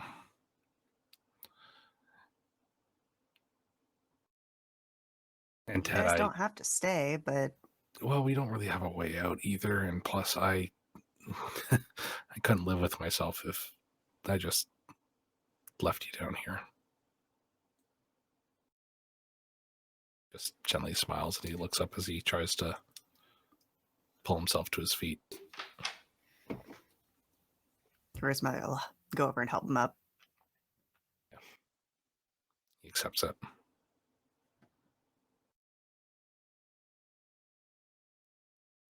And he turns to Ted and he's like, I'm going to try not to let you out of my sight. And one of these days I'll figure out what the attitude's about. Well, look, I'll put it plain and simple. You trash talked my music. When? You said that Limp Bizkit was like intro baby metal. This is the hardest stuff that I've listened to. I said I remembered it when I was getting into metal, and it's like a good intro place. Yeah. It's not. Plus, like, you used to wear that cross in the lower school. I just assumed that you came from like a super religious family. Yeah, It's a I good place. do. There you go.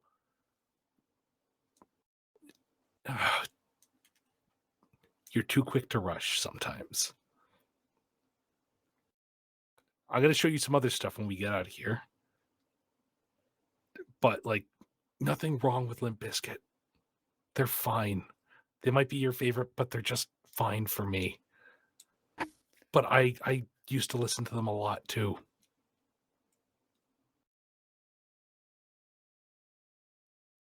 Okay, I take it back. You're not half bad.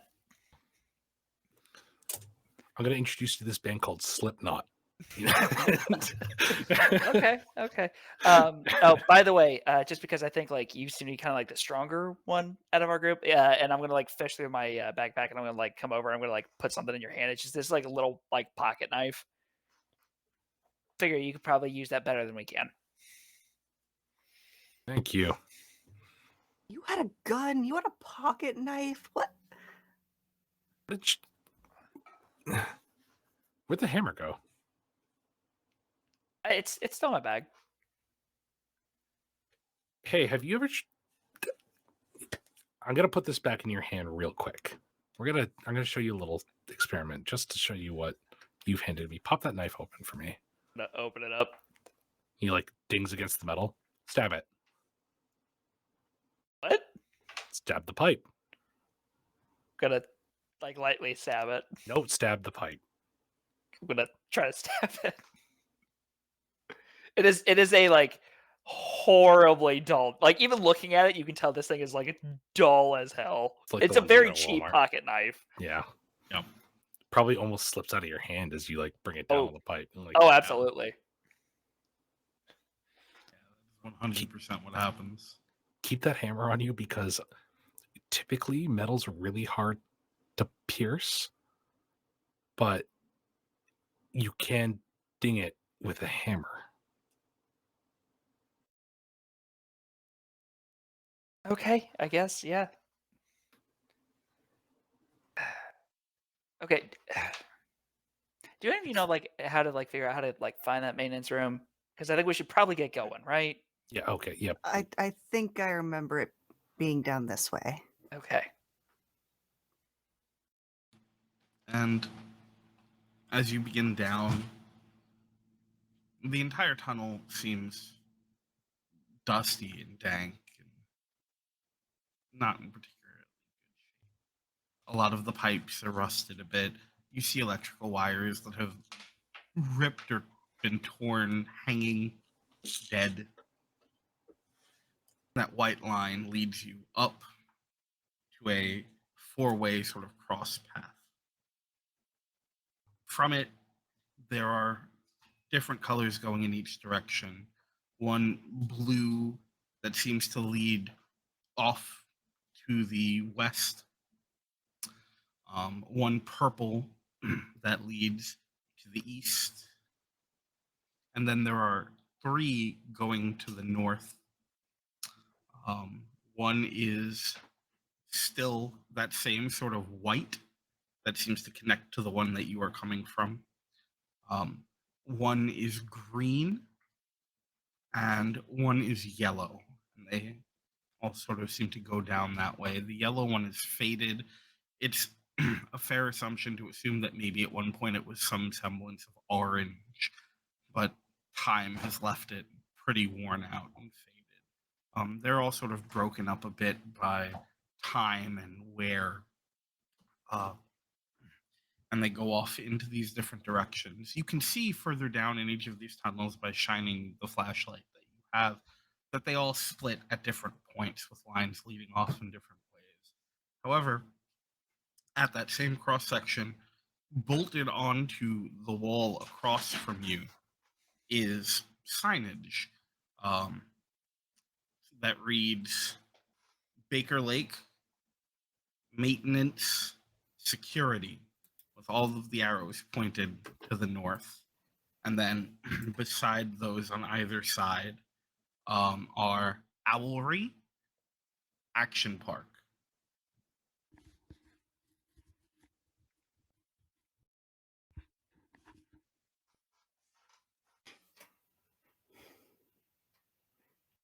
I guess we just follow the signs for maintenance then, right? Probably the way to do it. Yeah. You continue down the appropriate tunnels, following the line as it goes. At the different turns and forks, there are more signage ensuring that you are led where you need to be. However, as you come to the third set, um, you see another one of those rust-colored streaks across maintenance. This one vaguely shaped like a handprint. Somehow, not the most disturbing thing there, however. Hanging from the sign on a bit of simple, thin rope is a bundle about the size of your palm. On first glance from where you are, it's hard to tell exactly what it is that this rope is holding suspended, except you can see it looks almost like fur or hair, with thin strips of something dried, sort of curving off to different sides. In fact, Rosemary, you'll recognize even from here that it resembles one of the symbols that you saw up in the tower.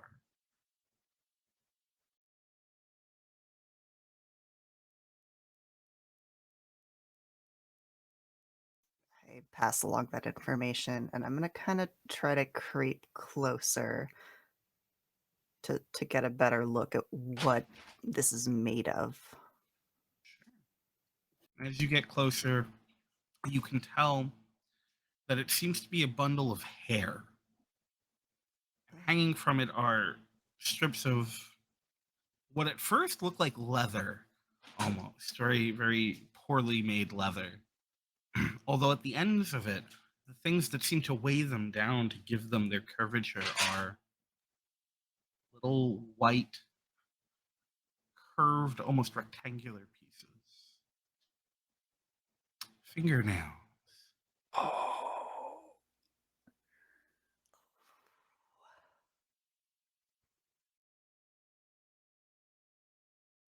She just kind of gags a bit, backs up. The sound of her gagging, Gabriel starts to start gagging. And then his eyes start to water.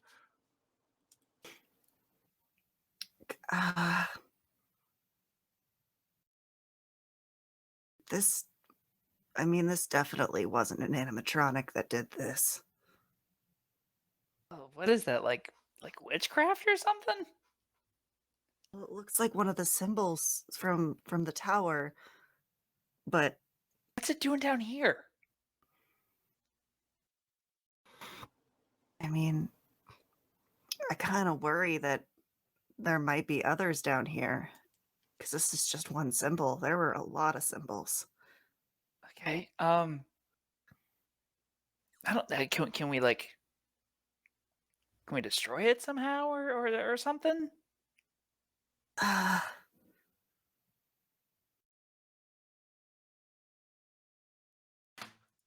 I don't know. That feels weird. This was like a person once. Almost in tears now.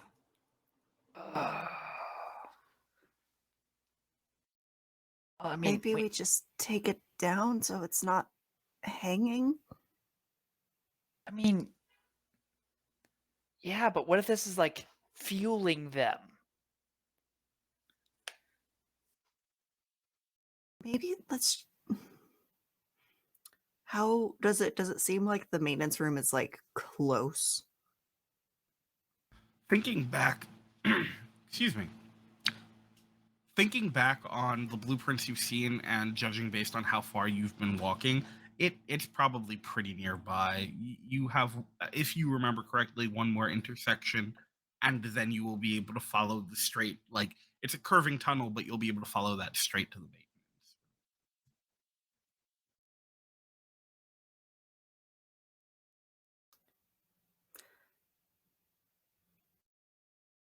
I mean, I feel like we should check out the maintenance room first, but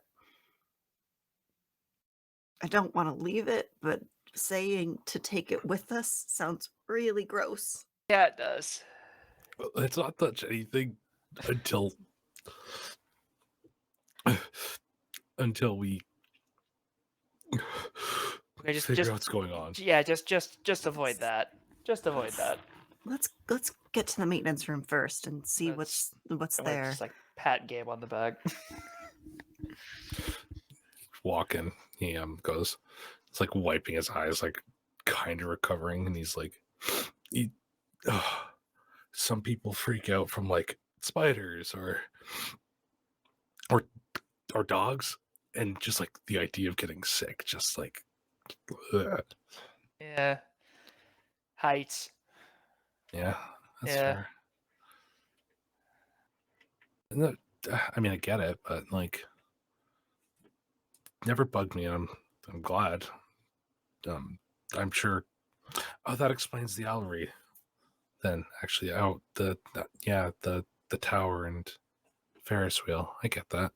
Yeah. Had a really bad experience when I was a kid. Stuck up there for like 2 hours or something like that. That's rough. Hey, just remember. And he looks at him and he's like, "You're still a kid. Enjoy that time." That's my parents. Sips his little barrel. So the fact that you just have like just a few of these like in your backpack. Oh yeah, he brought snacks because he didn't know what was gonna happen.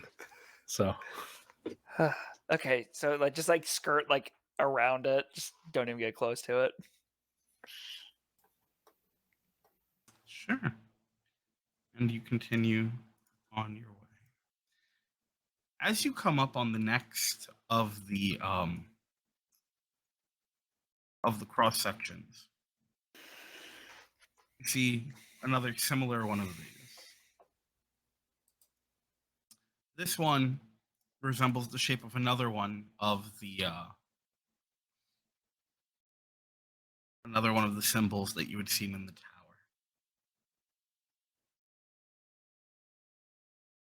And again, it hangs from the signage. Beyond it, down the tunnel that you know leads to maintenance, you see more streaks of what now are very obviously blood, sort of smeared across the floor in a thick, wide, unsteady pattern. The walls It is all dry, right? ladders on it. Oh yes, all of it is long dried. Small comforts. Gabriel still has the cap gun at the ready to make a bluff if he needs to. I am gonna need so much therapy after this. You come from a Christian family, you're not getting that. Wishful thinking, Gabe. Wishful thinking. It's Gabriel, but yeah.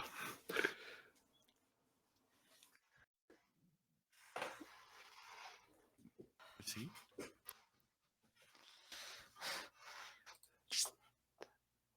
Just love the fact that our GM redeemed emotional damage.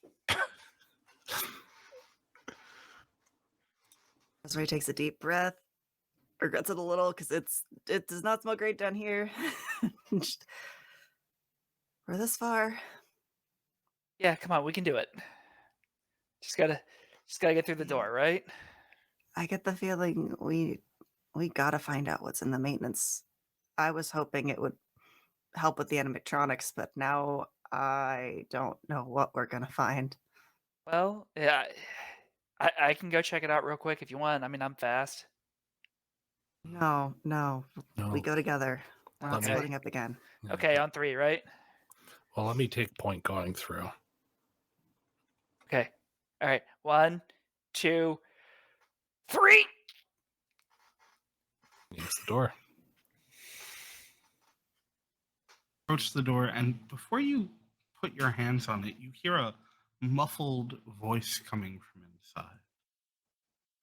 At first, it seems almost conversational, but taking a moment to listen, you notice it's melodic. Not good melodic, but melodic. Like sing-song, almost.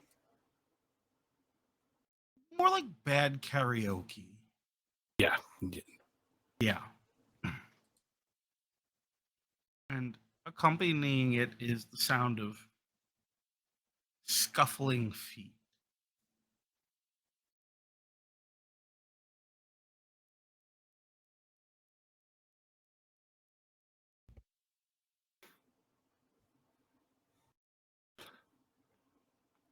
Gabriel pulls out the overly realistic toy. The 90s. And yeah, as Wraith pointed out earlier, this is the time before the orange cap. So yeah. He's gonna like gesture towards the door.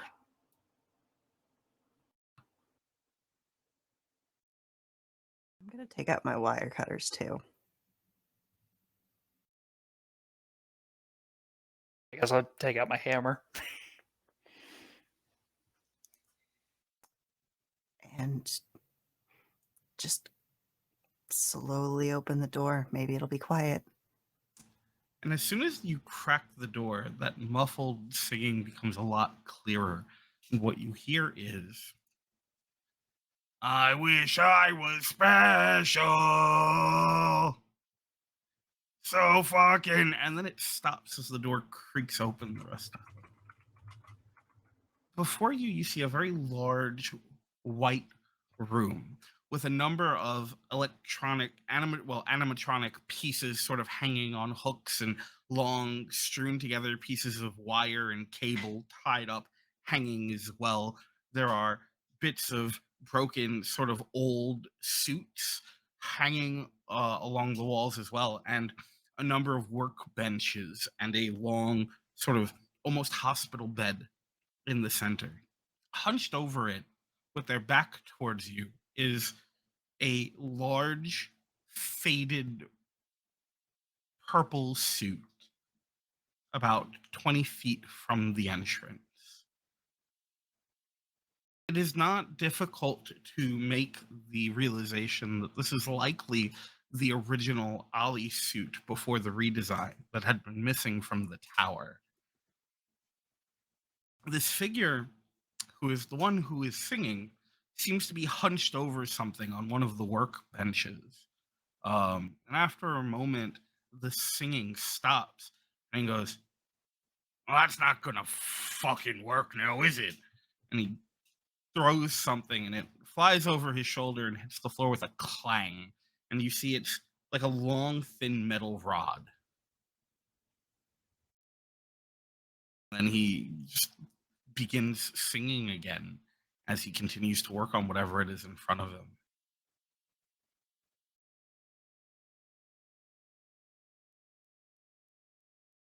Does the blood trail like go into the room, or does it like hard stop at the threshold? It does seem to go past the door and into the room a bit. You notice actually following that with your eyes, there is a drain in the center of the room. And while you didn't notice it immediately because of the black white tile set, there's a very slight sort of sloop towards that drain. There's a lot of rust surrounding it, but the rest of the floor beyond it looks fairly pristine, like mopped and shined pristine. The heck?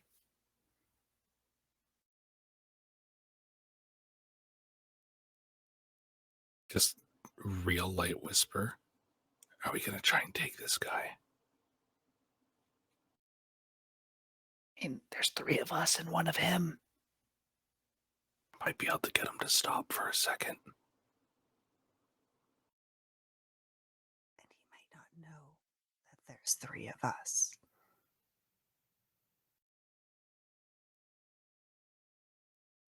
Is there a way out, like, past him? On the far end, there's like a caged area with like fence door, but it's open. Past that is darkness, but what you can see before it descends into complete darkness are more pieces of like metal and animatronic and other sorts of assorted robotteries.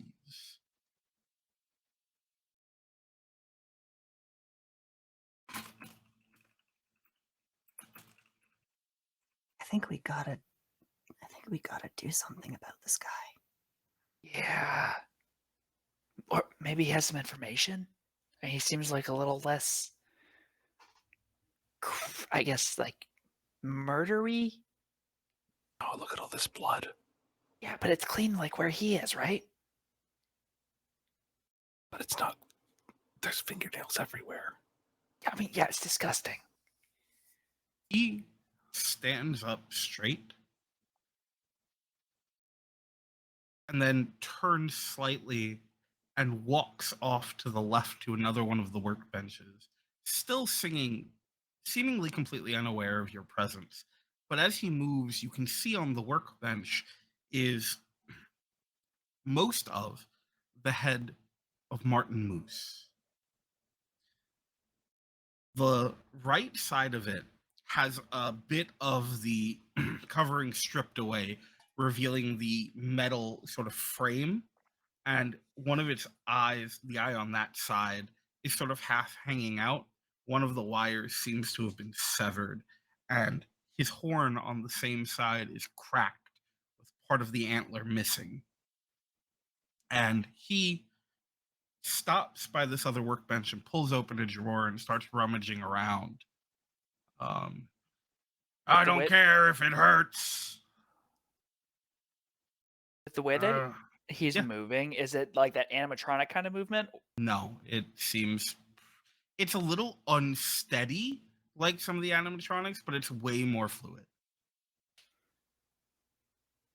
That one's different than the others. That one's a person. And he's wearing the head too, right? Like those, like you could only really see out of like the he's got limited vision in there, Yeah. right? So we could either like sneak past or we could get the jump on him.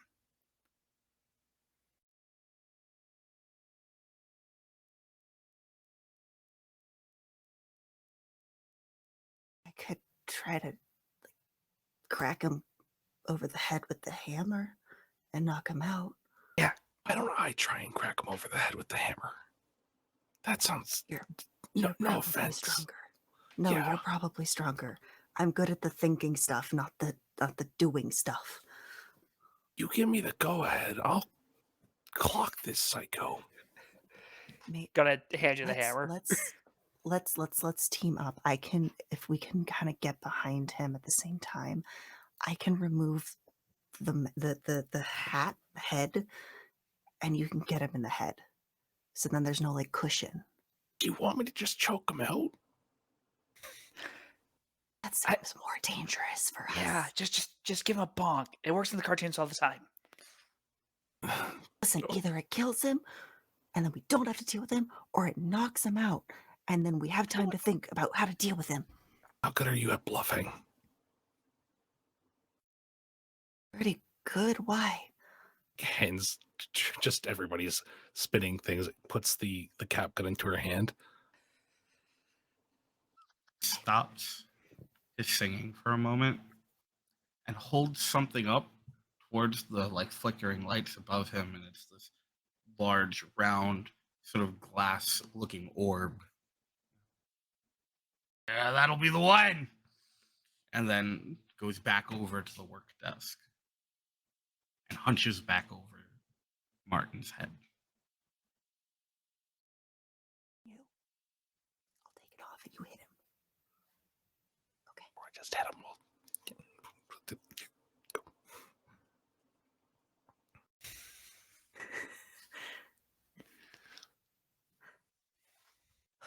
Y'all gonna do? Bonk boy. God. Just going up to him with the hammer? Or are you gonna try and like sneak up on him and? Yeah, well, I think this could be a sneaky maneuver at first, right? Yeah, because like basically we'll want to sneak up on him and then get close enough to yank the head off. And then we got to be real quick because he's going to know we're there then. Yeah. And just back. I believe in you. So, Gabriel, are you doing the beheading and the bonking, or is someone else doing the beheading and then you're doing? I'm going to behead. You're gonna behead and then you're gonna bonk. Wonderful. Okay. And I am going to use loyal on this towards Rosemary. So as we sneak up to give Rosemary just a little bit of an edge, he'll just let it like a quick sharp whistle so that he's going to turn to look at him for 1 second before. Ooh. Okay. So here's what we're gonna do. Also, for your bonk, K Squares over in chat has redeemed what we have titled as inspiration or exertion. What I'm going to do here is I'm going to let you add a second of whatever die you have to your bonk. So whatever, there's going to be a fight. So whatever your fight is, you will get to add a second die. Okay. And if either explode, it still works. You are welcome to get as high of a number as you can. What is your fight, by the way? The D6 plus 1. I kind of thought it would be a brawn, but fight makes more sense. I have a better fight than you. I I have a 12. You have a 12 in fight? Wow. Man, I'm just saying. I have a 12 in fight. I thought fight was just like physically like fighting, so I just thought bonk was going to be brawn. So that's where my brain went. You know what? I lean more towards it being fight, but I'm willing to, because of the way that you're thinking about it, I'm willing to let it be brawn. You can do that. I said, y'all should have had me do this. I have a D4 for fight. I have a So D4 you're- for brawn. That's why I was like, no, I don't want to do this. Yeah, Your brawn is a D20, right? mine's a D12. Oh, 12. So you'll get to roll 2 D12s in a moment. And what I'm going to do is, I think I'm going to say that for Rosemary, I'm going to give you the option. I'm either going to say this is a flight or a grit. And here's the distinction. For a flight, it will be specifically ensuring that your steps are quiet and precise. For grit, it will be about steeling your nerves to ensure that whatever happens from the moment that you get this done, your reaction will remain within the realm of emotional stability, for lack of a better term. I am going to do flight. Excellent. So let's roll that first. Actually, you can both roll at the same time if you'd like. Yep. You get a +2 from my loyal. Yes. Okay. Okay. I rolled almost as much as I could on my flight, so I got a 9, which is then an 11 with a +2. Nice. Math. The lowest I rolled there was a 10. Ooh. So it is 33. My God. Amazing. I just caved this poor man's head in. Like So, so Oh, the murder train. sorry, God 34 because I have a God. +1. Listen, if we commit a murder in this room, there's a handy drain right here. yeah, it's fine. Oh. So, Rosemary, you begin seeing the two of you, I assume, go like slightly towards opposite directions to then sort of pinch her in, right? And then as you are getting close, Gabriel, you let out a sharp whistle. The music stops, and the figure turns to look at you, and you are met with what is still in relatively good shape, but grotesque just based on it being a pretty poor old design. Ollie head that kind of like turns confused, and that is just the right position to allow Rosemary to rip this head off and for you to come crashing down with the hammer. So the head comes off and your hammer comes down and into the open neck of the suit. And the head in Rosemary's hands shakes a bit and like strainingly turns so that it is looking towards your face. Oh Rosemary. no. Not a person. And Not then a person! you hear, what the fuck? And that is where we're going to end tonight's session. Oh my God, that was an incredible end. Oh my god!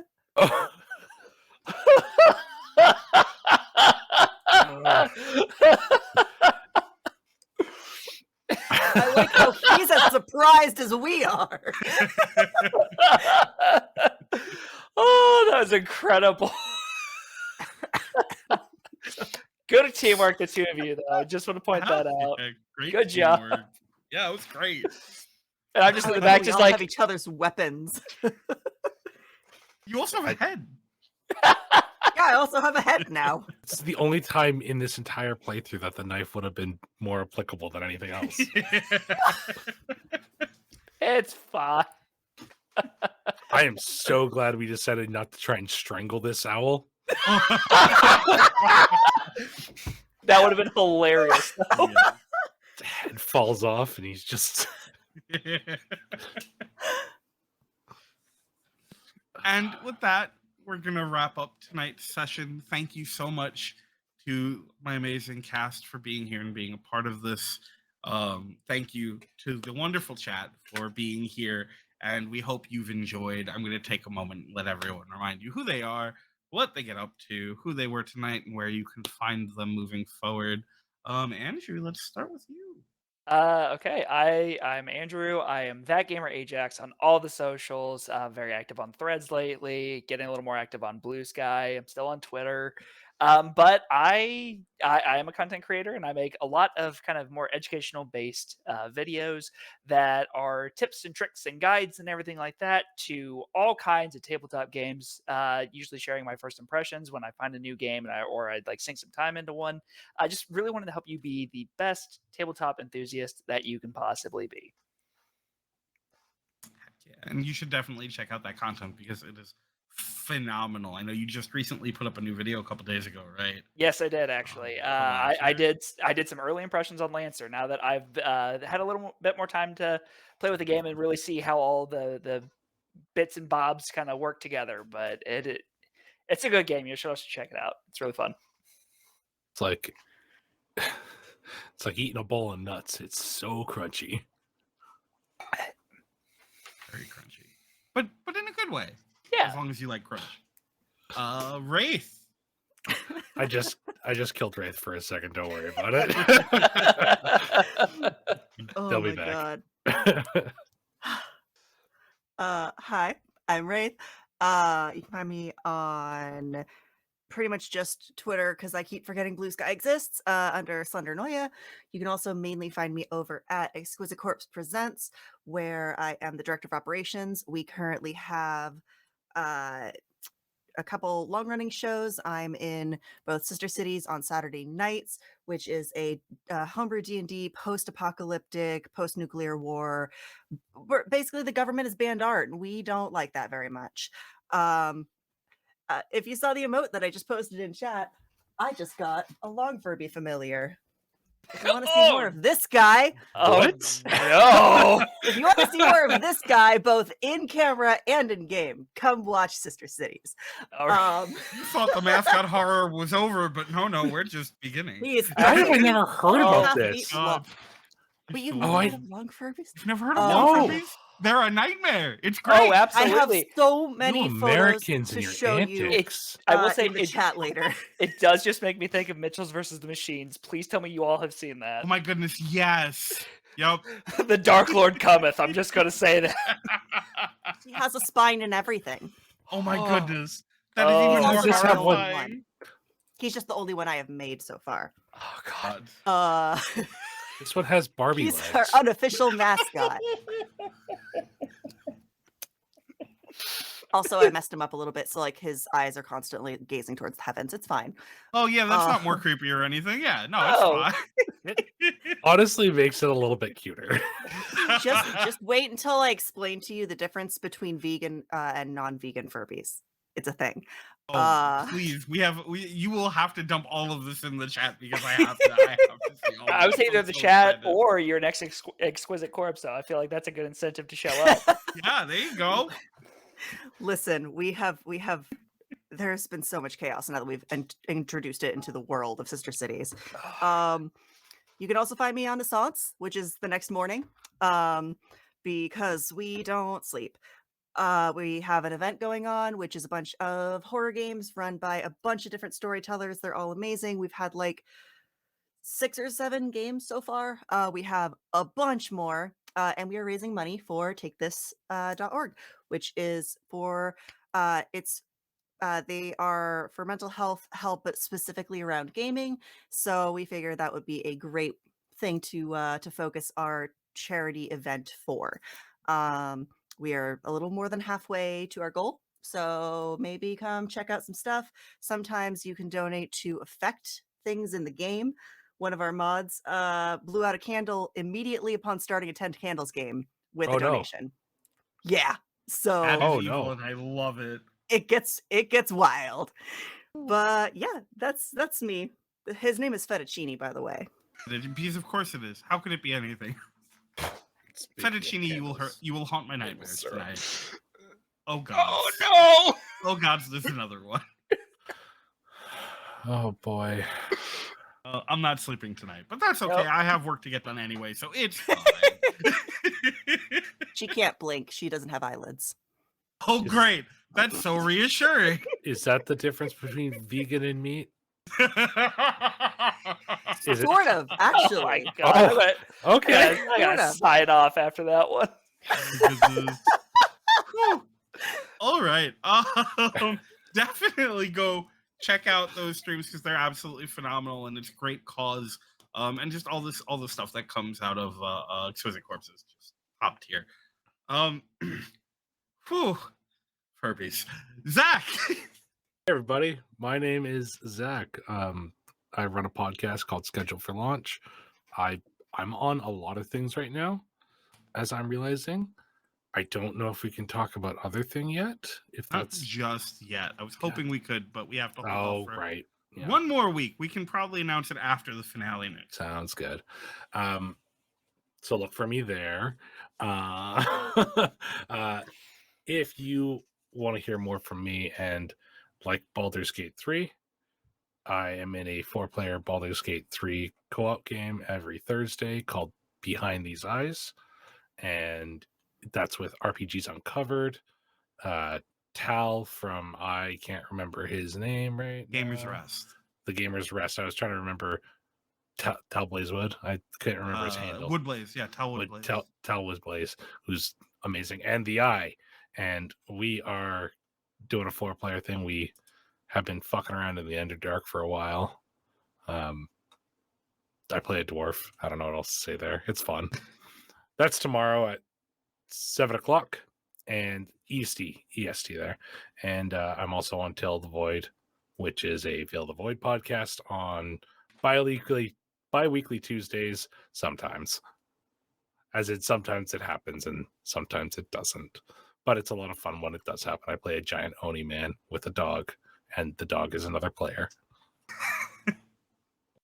Yeah, you can find my podcast schedule for launch basically anywhere. You can catch streams from time to time, and hopefully there's more from me soon. I know there's going to be more music stuff because other project has gotten me kind of hyped up. I just sent Lion and the crew the theme song for that, and it turned out very well. And maybe hopefully we can get some more music for that, depending on how feelings go and stuff. But yeah, find me on Twitter, find me on Blue Sky. I need to get on Threads because I think you're basically, if you have an Instagram, you're signed up for Threads, basically, right? Yeah, you could be. Yeah. Yeah, exactly. Okay. I've never posted on Instagram with schedule for launch, but I have the account, so Threads. That's everything for me, though. You should definitely check out Zach's stuff because Schedule for Oh. Launch is one of my. Oh, go! Shit, Go, I please. just remembered. I think we just hit, because even after the changeover, I think I just hit 2,500 listens. Congrats! Woo! Let's go! Hell yeah! Which is neat. Go support the games that I support on my podcast because they're fucking great. Especially the one that came out yesterday, Divine Calling, which is on Kickstarter right now. It's like how do I explain it? It's like a Greek epic Buffy the Vampire Slayer, except it doesn't need to be Greek. Now You I'm can kind of choose sold any on deity. those. Yeah, you can be any deity. There's a huge social system, and it's really easy to play and learn. It's actually, I wanted to talk to you three about this because it's very, very good for streaming. It's very good for streaming. Sounds amazing. So, All right. yeah, that's everything for me. Yeah, go check all that stuff out. Schedule for Launch is one of my absolute favorite podcasts, period, the end. Zach is amazing. All of the people that he talks to make incredible stuff, and you should check it out because there's definitely something for you. Just got to figure out which something it is. But there's something there because there's so many great things going on. With over 100 episodes, there's bound to be something. Let's get those numbers up another 500. Let's go. And because I'll get yelled at if I don't. I'm lying. I'm the creative director and founder for Tales from the Table Studios, and I am so lucky to be able to be here as your Tale Slinger for this fantastic, if not biased, but fantastic game. Mostly because the cast is amazing, and I appreciate all of them so much. We are going to disappear now and go probably to bed, but we're going to be rating Girls Run These Worlds. We're currently live with something I'm honestly not sure what this time. I'm caught a little unawares, and I apologize for that. But it's probably something good because it's roll for luck right now. DK is actually in the next room, playing in it. Perfect. Couldn't be better. So we're gonna do that. So make sure you get on that raid. We'll be heading over there in a couple seconds. Remember, until next time, love yourself, take care of yourself, eat enough food, drink enough water, do the things you got to do to keep yourself happy, healthy, and able to do what you want to do. And always remember to tell your tales. See you next week. Love you so much. Very excited. Bye. Later.